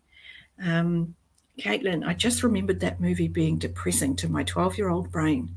Gone with the Wind is sort of depressing because it's a history novel. It's about the South dealing with some really challenging things, and I mean, yes, it gets hammered a bit with modern view, because there's a substantial bit of racism in there, and there's some questionable portrayals of slavery, and those things are horrible, from our perspective now. At the time, that wasn't deemed abnormal at all. And I think that sometimes it's important to remember that. But and Paromita loved Gone with the Wind as a teen, and Scarlet, so did I. Definitely not rereading it. Nor I. Again, I think it's one of those, from this perspective now, looking back at it, you can go, yeah, product of its day. But there's an awful lot of good history in the actual novel, Gone with the Wind. And Evie has, I have the title Wuthering Heights from the original publication title page tattooed on me, along with Persuasion and Frankenstein, which I love because you love them for the reasons they're supposed to be loved. You love them for that tragedy and that exploration of trauma. And those are important emotional reasons to be tattooing anything on yourself, really. There you go, Bex. Evie with the cool ink. Margaret Mitchell as an author was super racist too. Yes, absolutely. And it comes across loud and clear in the book. It really does. So that's something to be aware of if you somehow weren't aware of that. For me, love Frankenstein, like Wuthering Heights, didn't get Persuasion. But Paromita, we seem to be deciding that you are a difficult to please reader today. That seems to be the thing we're coming away with, that you are hard to please. So we'll figure it out, though. We will find something that you love. We absolutely will. It's a challenge, and the challenge has been accepted. We will find you something. So I think when you consider the topic of Gone with the Wind as a historic story, where she basically just wanted to show off that she knew lots of stuff, it's written from a Southern point of view, and it's very pro the South in terms of the things that the South has decided. I'm generalizing, and I'm not from the US, so take that for what it is. The things that are associated with that Deep South mindset are clear and on display in Gone with the Wind, which is really a way of life that can only function on the back of some pretty horrible things. So the lifestyle might be fabulous to idealize, but that it can only exist on the back of true tragedy is not okay. So you definitely need to have that in your mind when you read Gone with the Wind. So we've got a challenge here. It's okay. You can be 1 out of 3 wrong. But you do love Name of the Wind. Oh, okay. See, I read Name of the Wind and I literally have no memory of it. It made such a small impression. We've got a DNF, Deadhouse Gates. Blimey. Oh. Name of the Wind is lovely and I loved it. Okay. Again, I have no memory of it. And that could be a stroke thing where I hadn't started stretching my brain and it just fell out, because it could well have done that. So I may have to reread that at some point. But I'm in no hurry. I just complained about book 3 today. Can't do it again now. It's back to Chadia. So yeah, Bex, most of the things I've DNF'd were more about my brain than the actual book. I hear you, my friend. I hear you. I have found I've had to put things down just because they got too complicated and I couldn't follow it. But I've often thought I will come back to this when I feel that I've strengthened those muscles. So we'll get there. No, dearie, I read it 2 times and have no memory of it. I only remember not liking it. Okay, maybe I'm allowed to not remember it. Okay, then I have no intention of moving it up my TBR to be reread, because it is on there to be reread. I say on there like it's a real thing. I totally don't. That's a lie. I do. Damn it. I do have a physical TBR list. Like I wrote it in my journal, which I still didn't grab from the other room to show you, but maybe after the last sprint of the evening, which will be the next one, which ideally I should start in the next couple of minutes, and then we can finish at the top of the hour, chinwag, and then everyone gets to go to bed at a reasonable hour. That sounds pretty good to me. So yeah, I'm going to do that. I say yes, we're going to go into another sprint, the last sprint of the evening, and we can all say we've achieved some reading. Yay! I have finished The Way of Dan. So guess what? That's my first book into the Stack Smashers submissions for the readathon. Yay! So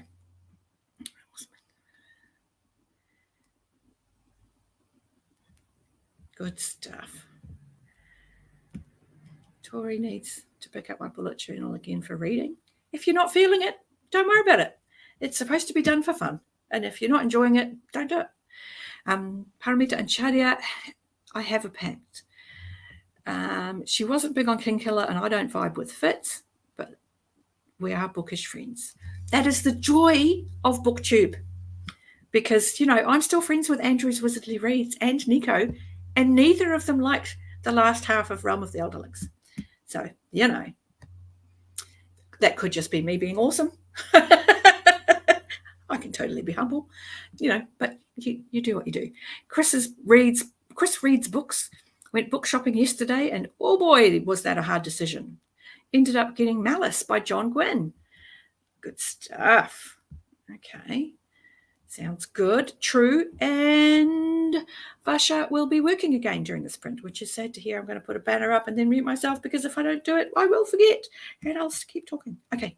To the top of the hour, everyone. Let's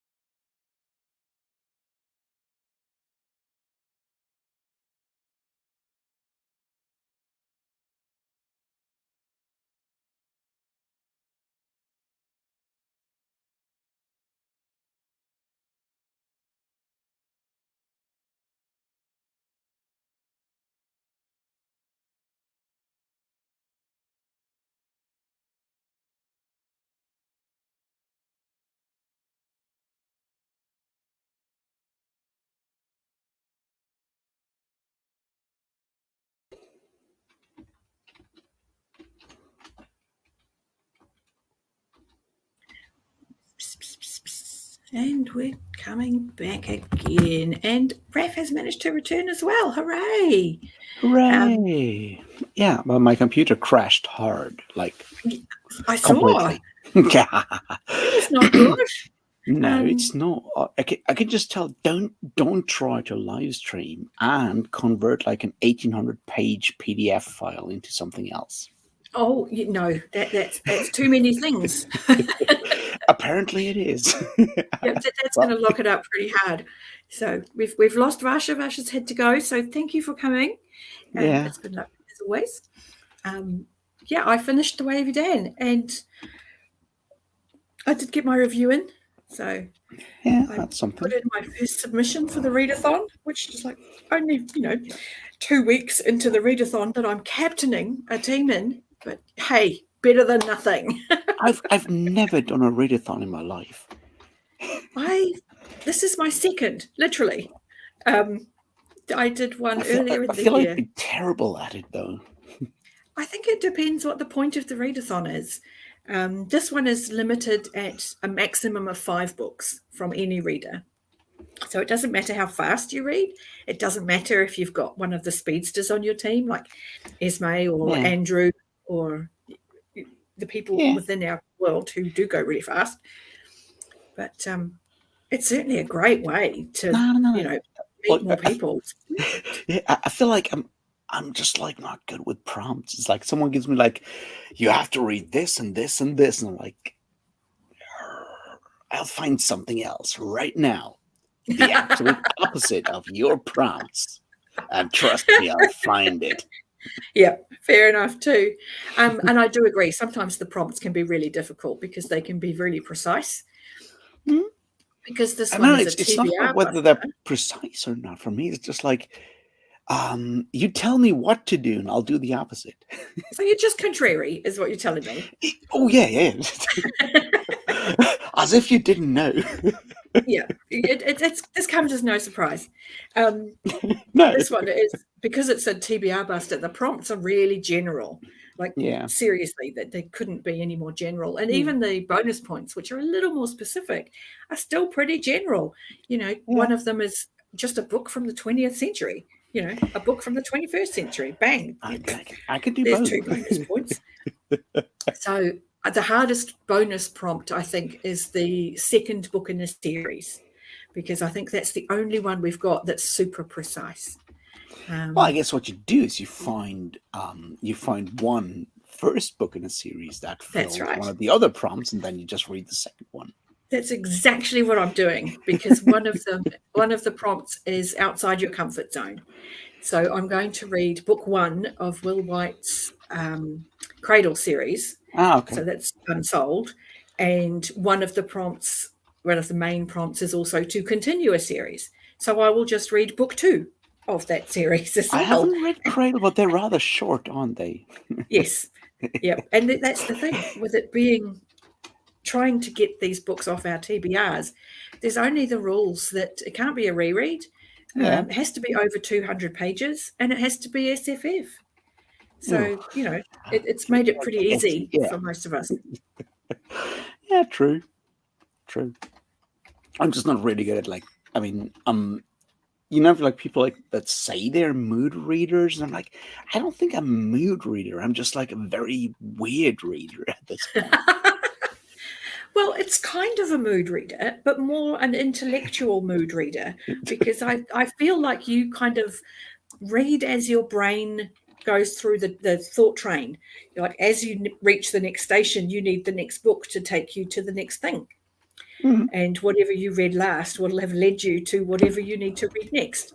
So it's not so much mood reading, perhaps, as theme reading or, study reading. I don't know how you'd want to put it, but I like Beck's idea here.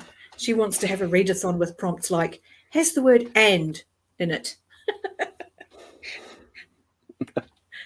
Because, that could be anything.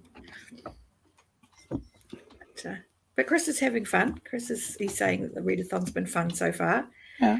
And that's, literally the point is to, this is a community, and we all do just sort of hang out doing pretty much the same stuff. So getting to know each other some more and doing some trash talking in the team chats, and that's always fun. It's a bit hard because we all like each other and we all know each other, so it's all done in a nice spirit. See, that's like a thing that I sometimes miss because I'm doing this, like I'm reading stuff and I'm like, I wish someone else was reading the same thing at the same time. Yeah. And I'm like, yeah, why? Yeah, that's not going to happen. Your reading taste is far too specific to you. It's very weird. I know. Although, you come on the Discords often enough, you should just come into the general chats and just go, right, I'm reading this. Is anybody else reading it or has any interest in reading it? And maybe every now and then somebody will join you. Maybe sometimes. Maybe I should be more assertive. It's like, hey, all right, you go now. You read this. Yeah, absolutely. Get yourself some angry fantasy. I feel like it's not just fantasy for you, Raphael. I feel no, it's angry. It's angry stuff. Me that you just like angry things. Yeah. Look, I'm an angry person. You're not an angry person. You're a person who cares a lot and so becomes passionate about what you think. It's just not always about anger. Sometimes it's frustration. Yeah. The idiocy of other people. But that's part of the point. It's like I will never. I hope I'll never switch to fatalism because that's when you give up. That's right. That is when you give up. And Chadia is saying you could read Malazan with Chadia again. I am going to do that. There you go. I already started and then I got distracted by other stuff, but I will go back to Guardians of the Moon and I'll catch you up in no time. And then we'll talk about dinosaurs with swords. Which I didn't know it was a thing until Alan mentioned it. And it was I was like, maybe Malazan could just be read as a romp. That's like the thing that people always forget to mention. You have all these Malazan fans and they're like, oh, it's so deep and it's so complicated and you need to read 20 other books before you even start. And it's like, no, you don't. Look, just read it and have fun. Exactly. And it's one of it's a classic, it's like epic fantasy written by people that know a lot about world building and anthropology and shit like that. But it's also got like the most anime style, whatever weirdness going on. It's got people with swords that are way too large for them. It's got dinosaurs that shoot lasers. It's got like dinosaurs that float around in like rocks in the sky. It's got like crazy shit going on. That's cool. Really, really cool. Like, because it does not, like a lot of other fantasy that I also love, try to be like, pseudo-realistic medieval stuff. It's like, no, fuck. I want dinosaurs with swords. Let's have that. So who cares? Yeah, see, I think it's helped it's helped being able to watch Steven Erikson talking to Philip and Alan and AP, where they talk about the fact they gamed it, and that really made it seem more interesting to me. So I was like, oh, okay, there's going to be some fun here. And there's a lot of fun. And then Alan said that there's some sort of Pratchett-like humor in some of them, and I was like, okay, I'm all here for that. Erikson says he's never read Pratchett, which he always says, but he makes a dumb turtle joke somewhere. So I'm not sure I believe him. Well, to be fair, it's hard to be a fantasy reader and not know at least that about Discord. That's true. And there's a lot of other things in there. No, it's seriously, it's like people take it way too seriously. It's like, yes, it is serious. There's a lot of serious stuff in there, but you don't have to. You don't have to pay attention to that. You can just go like, wow, things explode all the time. Yeah, I'm perfectly happy with that. So I'm thinking that when I join Kate, the wonderful literary apothecary, well, Chris, you should definitely buy Gardens of the Moon. Yes, things explode. Yes. This is cool. And just saying that, so Gardens of the Moon, and that may shock you, but it starts with a huge battle. I mean, it has like a prologue, which is easy, and chapter 1 is sort of easy. And in chapter 2, you get like all the fireworks. Like seriously, not going to That's spoil cool. anything, but there's like things go boom in a major Okay. way, in We're like an here for that. absolute major way. See, that sounds exciting. So it's helped having that sort of information about Malazan, because so much of it is, as you said, it's very deep and it's very meaningful and it's very dense, and that kind of makes you go, oh, okay, I don't know that I'm ready for that. And then I hear it's great, it's fun, it's funny, it has dinosaurs with swords, and I'm like, oh, maybe I can read that. Everyone can read Malazan. That's the point. It's like Yes. you can dig deep into those books, but you don't have to. You can just like go, wow, shit goes, shit goes wild, and it does in all kinds of ways. It's got shapeshifters of all kinds. It gets like all this crazy shit going on. It's like, wow, I can just like watch the fireworks, and that's cool. Yeah, I like that. And I think maybe this is where the Pratchett reference comes from Alan, where you can just read it on that surface level and just have a good time. But if you want to, you can find that meat. You can find that exactly chunky things to dig your teeth into. Yeah. So yes, that certainly. But you can just go and read and have like people flying around and dropping bombs on other people. Yeah, absolutely. So yeah, I'm definitely going to be joining the lovely Kate, and 2025 is my year of Malazan. So there you go. You heard it here first, people. All right. If you have any questions, just always, where to find me. I might have answers. They might just confuse you more. But that's okay, because even though I'm not highly educated, I'm not stupid. So I do like a good conversation where I may not know the word for what I want to talk about, but I'm quite certain that the discussions will be meaningful. So no, it's got nothing to do with education. It's like, seriously, at the end of the day, and I think that's like the one thing people need to understand when they start reading Malazan. Stephen Erikson wants to change the world. Good. It's not just telling you a story. At the end of the day, you should feel more about, more compassionate about like what we do to the planet, what we do to each other, and try to be a better human. And he feels strongly about that. And that's the thing that is important there. Is like, it's not just a cool story. It'll make you go like, shit, maybe we should actually take care of our planet and take care of each other.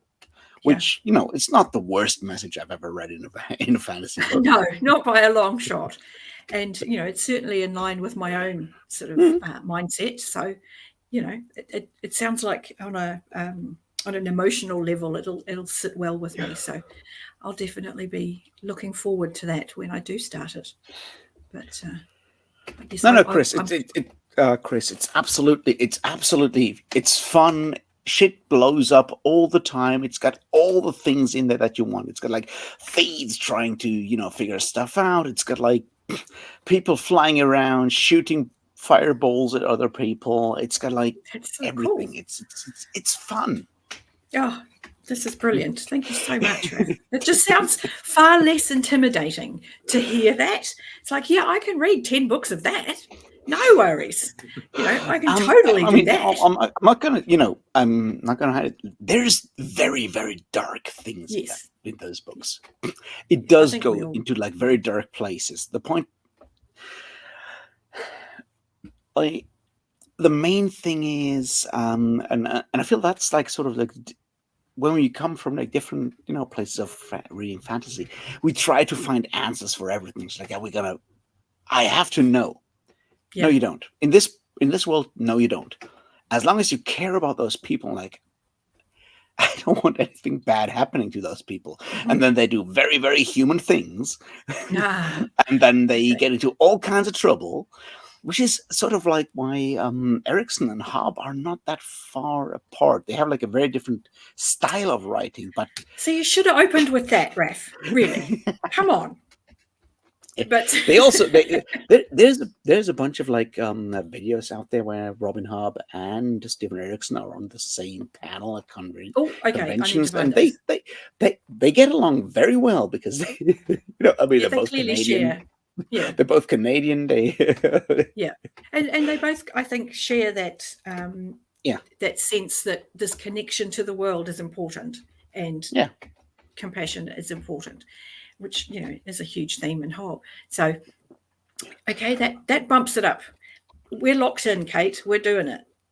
So, And yes, you I'll do help have you through animal Hobb. companions, or Yeah. and animals without companions. That's always good. That is always good, because And you have demons that may or may not be companions. That's exciting. Okay, I'm sold, Raph. I'm sold. I will be reading it and not frightened of it as I have been in the past. No, you don't have to. It's. I feel like that's part of like the issue that I always have with like parts of the Malazna fandom is like people are like, oh, this is so complicated because we're so smart and we like it because we're smart. And it's like, no, you're not. Liking Malazan doesn't make you smart. No, it doesn't. Being able to have long conversations about deep and meaningful things makes you smart, and you don't always need a book to centre those around. And if you do need a book to centre those around, then you're not thinking often enough. Exactly. However, anyway, that was my own little moment of judgment on the people in the world. That's fine. And well, look at that, Zin. You're the one that's going to be last in, first out, because we're about to wind up. Sorry.